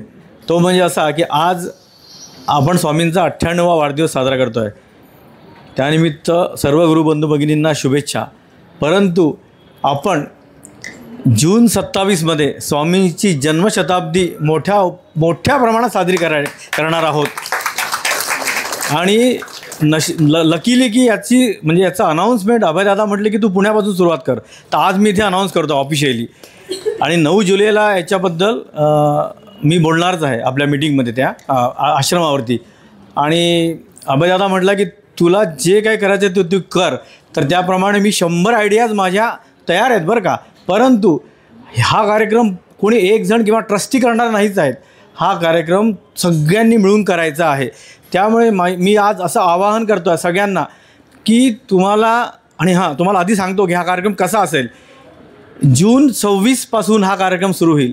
ज्याला जन्मशताब्दी वर्ष आपण म्हणतो, म्हणजे मोठ्या मोठ्या लोकांची करतातच. जून 26पासून हा कार्यक्रम सुरू होईल. तर जून 27ला त्याची डेट एक्झॅक्टली मला माहीत नाही, मला वाटतं की तिथीप्रमाणे होणार आहे. तर ज्येष्ठवद्य नवमी 2027ची कदाचित 18 जूनला काहीतरी येते आहे. त्या दिवशी भव्य प्रमाणात टाकरखेड्याला कार्यक्रम होईल. पण वर्षभर हा कार्यक्रम फक्त टाकरखेड्याला नाही, तर ज्या ज्या ठिकाणी आपले केंद्र आहेत, म्हणजे सेंटर्स, म्हणजे वार्षिक उत्सव आपण करतो, आणि ज्या ठिकाणी नाही आहेत पण सत्संग सुरू आहेत, अशा सर्व ठिकाणी हा कार्यक्रम करायचा आहे. आणि हा कार्यक्रम साधारणतः कसा असेल की याच्यामध्ये आध्यात्मिक असेल, धार्मिक असेल, नंतर प्रबोधनात्मक असेल, शिक्षणात्मक असेल, अजून काय म्हणतात त्याला मनोरंजनात्मक देखील असेल, सगळ्या प्रकारे हा कार्यक्रम आपल्याला चांगला करायचा आहे. त्यामुळे आता मी 9 जुलैला जे सांगणार आहे ते तुम्हाला आधी सांगतो की तुमच्या सर्वांच्या आयडियाज या कार्यक्रमाबद्दल तुमच्या मनात काय काय येतील ना ते तुम्ही फक्त पर्सनली मला कळवा. ग्रुपवर टाकू नका, कुठल्याही ग्रुपवर टाकू नका, पर्सनली मला कळवा. त्याचं आपण एक कंपायलेशन करू आणि आपला कार्यक्रम हा आपल्याला अतिशय चांगल्या प्रमाणात म्हणजे न भूतो न भविष्यती असा कार्यक्रम करायचा आहे. आणि लक्षात घ्या की आपण लकी आहोत की स्वामींचा 100वा आपल्यालाच बघायला मिळतो आहे. म्हणजे जे गेले त्यांना नाही मिळाला किंवा पुढच्या लोकांना 150वा मिळेल, पण 100वा आपल्यालाच मिळतो आहे. त्यामुळे आपण लकी आहोत. आणि आपला जो स्वामींचा अनुभव म्हणजे काय म्हणतात त्याला, आपण सगळ्यांना स्वामींनी बघितलेला आपण लोक आहोत. त्यामुळे आपल्याला न भूतो न भविष्यती असा कार्यक्रम हा करायचा आहे. तर याची तयारी. आणि बघा आज 23 जून आहे, आता आपण 23पासून सुरुवात करू, तिथीचं जाऊ द्या. 23 जून 26पासून हा कार्यक्रम सुरू होणार. समजा आज 23 जून 25 आहे, 1 वर्ष आपल्या हातात आहे. तयारी करायला पूर्ण 1 वर्ष आपल्या हातात आहे. त्यामुळे एका वर्षात आपण खूप छान तयारी करायची आहे. आणि 23 जून 26पासून हा कार्यक्रम सुरू होईल. तर 23 जून 27ला भव्य प्रमाणात त्याची सांगता होईल. असा आपल्याला हा कार्यक्रम सगळ्यांना मिळून करायचा आहे. हा झाला एक पॉईंट. दुसरा म्हणजे आश्रमाचं काका सांगायचं म्हणजे की आश्रमाची त्या दृष्टीने आश्रमाचं पण तयारी सुरू झालेली आहे. आणि आत्ता आपण परवाच 3.5 लाख रुपयाचा काय म्हणतात त्याला गॅस गिझरची व्यवस्था आपण आश्रमात लावतो आहे म्हणजे आता आपण. त्यामुळे मोठा बॉयलर असेल आणि 4 ठिकाणी तो बॉयलर असेल आणि अख्ख्या आश्रमात कोणताही नळ उघडला तर गरम पाणी मिळणार आहे. म्हणजे आता परत ते पाणी तापवण्याचं ते भानगड नाही आहे आता. ही एक मोठी. आणि सिनियर सिटीजनसाठी जे आपण सध्या 12 बेड्सची व्यवस्था केली आहे ती अजून वाढवून खूप मोठ्या प्रमाणात करायची आहे. कारण की त्यावेळेस नक्कीच लागणार आहे आपल्याला. आणि गुरुपौर्णिमा आत्ता 9 जुलैला जी मीटिंग आहे त्या मीटिंगला देखील मॅक्झिमम लोकांनी हजर राहणं आवश्यक आहे. कारण की काय माहीत आहे का की मध्यंतरी जे काय प्रश्न वगैरे झाले तर त्याचं उत्तर त्या दिवशी मिळणारच आहे. पण त्यांनी काय होणार आहे की एक कसं चांगलं होईल हे एक करायचं आहे. म्हणजे आता काय झालं आहे की नॉट ओन्ली इथेच नाही असं नाही, पण कसं झालं आहे की स्वामींचा जोडलेला परिवार तर हा आहे, पण हा सगळं येतो का असं दिसतं आहे की नाही येत आहे. काही लोक आपल्या घरी करत आहेत, तसं व्हायला नको. त्यामुळे स्वामी महात्म्य हे थोडंफार मागे पडतं आहे का असं लक्षात आलं आहे. आणि याला उत्तर म्हणा किंवा याला पूरक म्हणून एक असा डिसिजन पण घेण्यात आला आहे ट्रस्टनी की एक trustee will visit all the places. आणि ट्रस्टी काय करेल, 1-to-1 इंटरॅक्शन ट्रस्टी करतील. त्यामुळे काय होईल की कोणाच्या मनात काही असेल ना तरी ते सगळं सांगायचं. आणि काय माहिती आहे का की ट्रस्टींचा कान धरण्याचा अधिकार सर्व भक्तांना आहे. असं काहीच नाही आहे की बाबा ट्रस्टी म्हणजे कोण आहेत. अरे आपल्याला स्वामींचं कार्य करायचं आहे. त्यामुळे तिथे काहीही आपल्याला हे नाही करायचं आहे की मी कसं बोलू असं नाही. म्हणून 9 जुलैची मीटिंग अतिशय महत्त्वाची आहे. म्हणजे 9 जुलैच्या मीटिंगमध्ये अगदी तुम्हाला एखाद्या माणसाबद्दल जर काही बोलायचं असेल ना तर that will be the platform for you. Nobody will take objection. त्यामुळे तिथे बोला तुम्ही. माझं म्हणणं मी तुम्हाला आता याच्यापेक्षा जास्त ओपनली सांगू शकत नाही. तुम्ही तिथे सगळेजण बोला, कोणाहीबद्दल काही बोला. म्हणजे फक्त पुण्यातलंच नाही म्हणत आहे मी, पुण्यात तर काहीच नाही आहे. म्हणजे उलट काका पुण्यातला सत्संग, पुण्यातली आपली खासियत अशी आहे की पुण्यानी समाधी मंदिराच्या वेळेस हायेस्ट नेक्स्ट टू बेंगलोर पुण्याचं डोनेशन होतं आपलं. बेंगलोरला सखारामनी केलं होतं, त्या हॅट्स ऑफ टू सखाराम. पण सखारामनी केलं असेल 25 लोकांकडनं, पण number of donors were highest in Pune. आपण सगळ्या लोकांकडून घेऊन नेक्स्ट टू बेंगलोर आपलं डोनेशन होतं. नंतर आपलं कॉन्ट्रिब्युशन पूर्वी आपली 1-2 बसेस भरून जायच्या आहे, सगळ्यांना आठवत असेल. त्यामुळे आपले व्हिजिटर्स आपले जास्त होते. त्यामुळे पुण्याचं नाव आहे आणि पुण्याच्या सत्संगाबद्दल बोलायलाच नको. तर हे कुठेतरी मागे पडायला नको. स्वामींचं महात्म्य जे पूर्वी होतं ते आता परत यायला पाहिजे. आणि आपण इतरांसाठी आपण एक रोल मॉडेल म्हणून जे आपण आहोत ते आपल्याला टिकवायचं आहे. त्यामुळे 9 जुलैला सुद्धा सगळ्यांनी येऊन कॉन्ट्रीब्यूट करा. हा एक हे. आणि सेकंडली आश्रमाचं सांगितलंच आहे मी. आणि सगळ्यात महत्त्वाचं हेच आहे आता की आता आपण सगळं जे काय असेल ते जाऊ द्या, जुने जाऊ द्या, मरणा लागूनी म्हणतात तसं करूया. आणि आपल्याला स्वामींची जन्मशताब्दी अतिशय उत्कृष्ट साजरी करायची आहे. त्यामुळे तुमच्या सर्वांच्या आयडियाज ह्या तुम्ही म्हणजे विचार करा, याच्यावरती लिहून ठेवा आणि त्या पर्सनली कळवा मला. आणि आपल्याला स्वामींचा हा जन्मशताब्दी कार्यक्रम न भूतो न भविष्यती, म्हणजे त्यात तुम्हाला एनी डॅम आयडिया काही सुचली तरी कळवा बरं का. आणि हे सर्वांना माझी आवाहन आहे की स्वामींची जन्मशताब्दी साजरी करण्याचं ऑफिशियली मी इथे आज डिक्लेअर करतो आहे. 9 जुलैला परत तिथे मी डिक्लेअर करणारच आहे, पण आज ऑफिशियली इथे डिक्लेअर होत आहे. धन्यवाद. नमस्कार. स्वामी अनुभव म्हटलं तर आपल्याला खूप काहीतरी भरून येतं की असं किती, अरे त्यांनी किती दिलेलं आहे आपल्याला, की काही शिल्लकच नाही ठेवलेलं. आणि हा जो आत्ता मी जो सांगणार आहे तो महाकुंभचा अनुभव आहे. आणि महाकुंभमेळ्याला आपल्याला माहिती किती चालू होतं, लोक जात होते वगैरे. आणि मला असं वाटायला लागलं आपण गेलं पाहिजे. आणि मी बऱ्याच जणांना, म्हणजे प्रशांत जात होता, हे विशेष म्हणजे ईशानचं वाचलं तुमचं आपल्या परिवारवर, तेव्हा मला खूप वाटायला लागलं की एवढा छोटा मुलगा आणि त्यांनी छान अनुभव टाकले होते, तर आपणही जावं. पण कोणी सोबतच मिळत नव्हते. प्रत्येकजण काहीतरी की कोणाला रजा नाही, कोणाचं काय. आणि ज्या गाड्या ज्या जात होत्या त्यानंतर झाल्या काही काही डिक्लेअर की आम्ही जाणार आहे वगैरे असं. आणि असं माझं विचार मनात असताना एकदा माझ्या म्हणजे मैत्रिणीच्याकडनं एक मेसेज आला की असं असं ती चालली होती तिकडे. आणि मग तिने, मी म्हटलं कुणाच्या तर्फे वगैरे, तर तिने ती एक कंपनी सांगितली, पण त्यांचंही मलाही माहिती नव्हतं एवढं काही, ती कोण आहे व्यक्ती वगैरे. तर राठोड म्हणून होते ते. आणि त्यांनी म्हणजे त्यांचं जे नेहमीचं ते काढणारे होते ट्रिप, पण मी कधी नाव नव्हतं ऐकलं. तर ती म्हणे मी आजच चौकशी केली आणि तुला हवं तर मी पण जाणार आहे, येत असशील तर बघ. म्हणून मग मी ठरवलं जायचं म्हणून. मग त्यांना फोन वगैरे केला, म्हणजे त्या दिवशीच ते सगळं झालं. आणि त्या विशेष म्हणजे ते आपला अक्कलकोट स्वामींचा मंडईचा मठ आहे, तिथे असतं म्हणजे आहेत. आणि ते म्हणाले मी स्वामींचं भक्त आहे. म्हटलं वा, छान झालं. आणि असं आमचं ठरलं वगैरे जाण्याचा दिवस वगैरे. पण त्यांच्या गाड्यांचा गोंधळ होत होता, म्हणजे गाडी मिळत नव्हती त्यांना, इथून जी जे घ्यायचे ना ती स्लीपर कोचची. आणि त्यांनी बरेच प्रयत्न चालवले. तर मग त्या ह्याच्यात मी त्यांना म्हटलं जागा असेल तर माझे भाऊभाऊजाई पण आहेत, पण त्यांचं वय जास्त आहे, म्हटलं तुमच्या ह्याच्यात बसत नाही.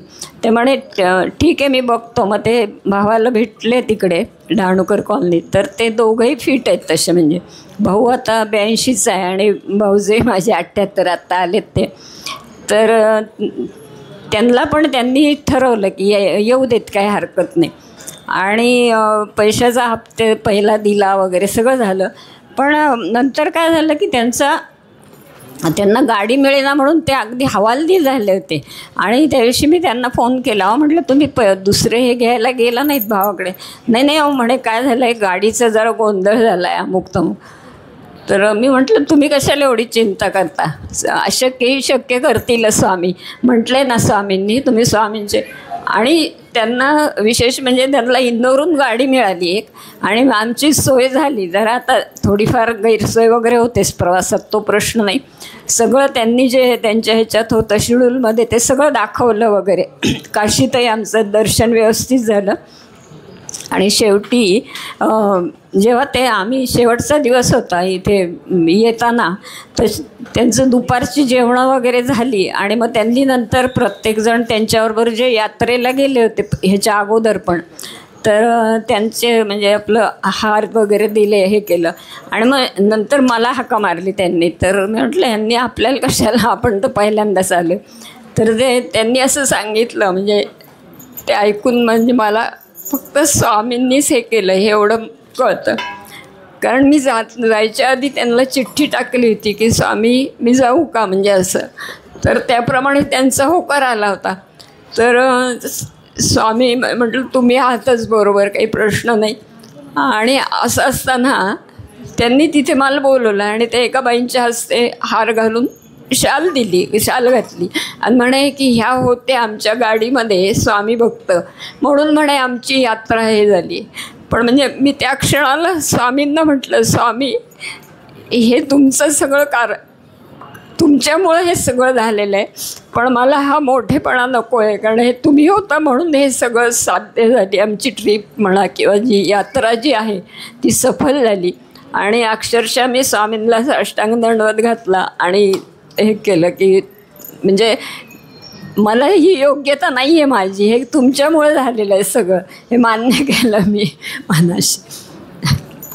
अजून बरंच आहे बोलण्यासारखं, पण आपली वेळ खूप कमी म्हणजे नव्हतीच, पण त्यांनी केल्यामुळं अगदी मी 2 मिनटं बोलले आणि मग आम्ही व्यवस्थित घरी आलो. विशेष म्हणजे भाऊ भाऊजे सगळे आम्ही व्यवस्थित आलो सगळे लोक.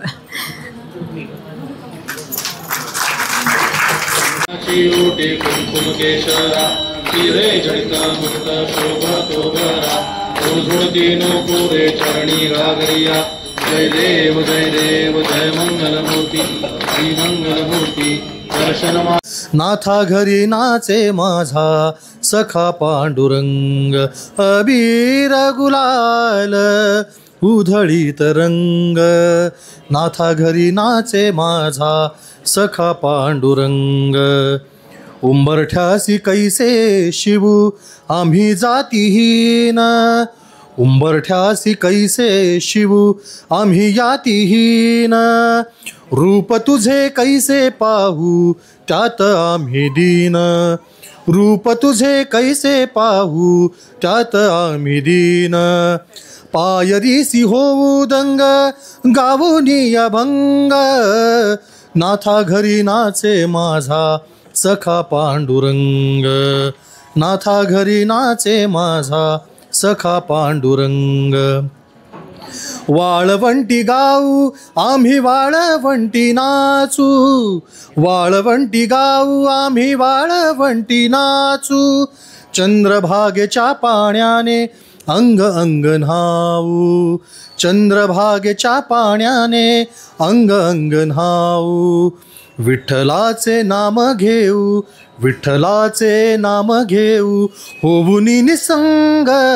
नाथा घरी नाचे माझा सखा पांडुरंग. नाथा घरी नाचे माझा सखा पांडुरंग. आषाढी कार्तिकी भक्तजन येती.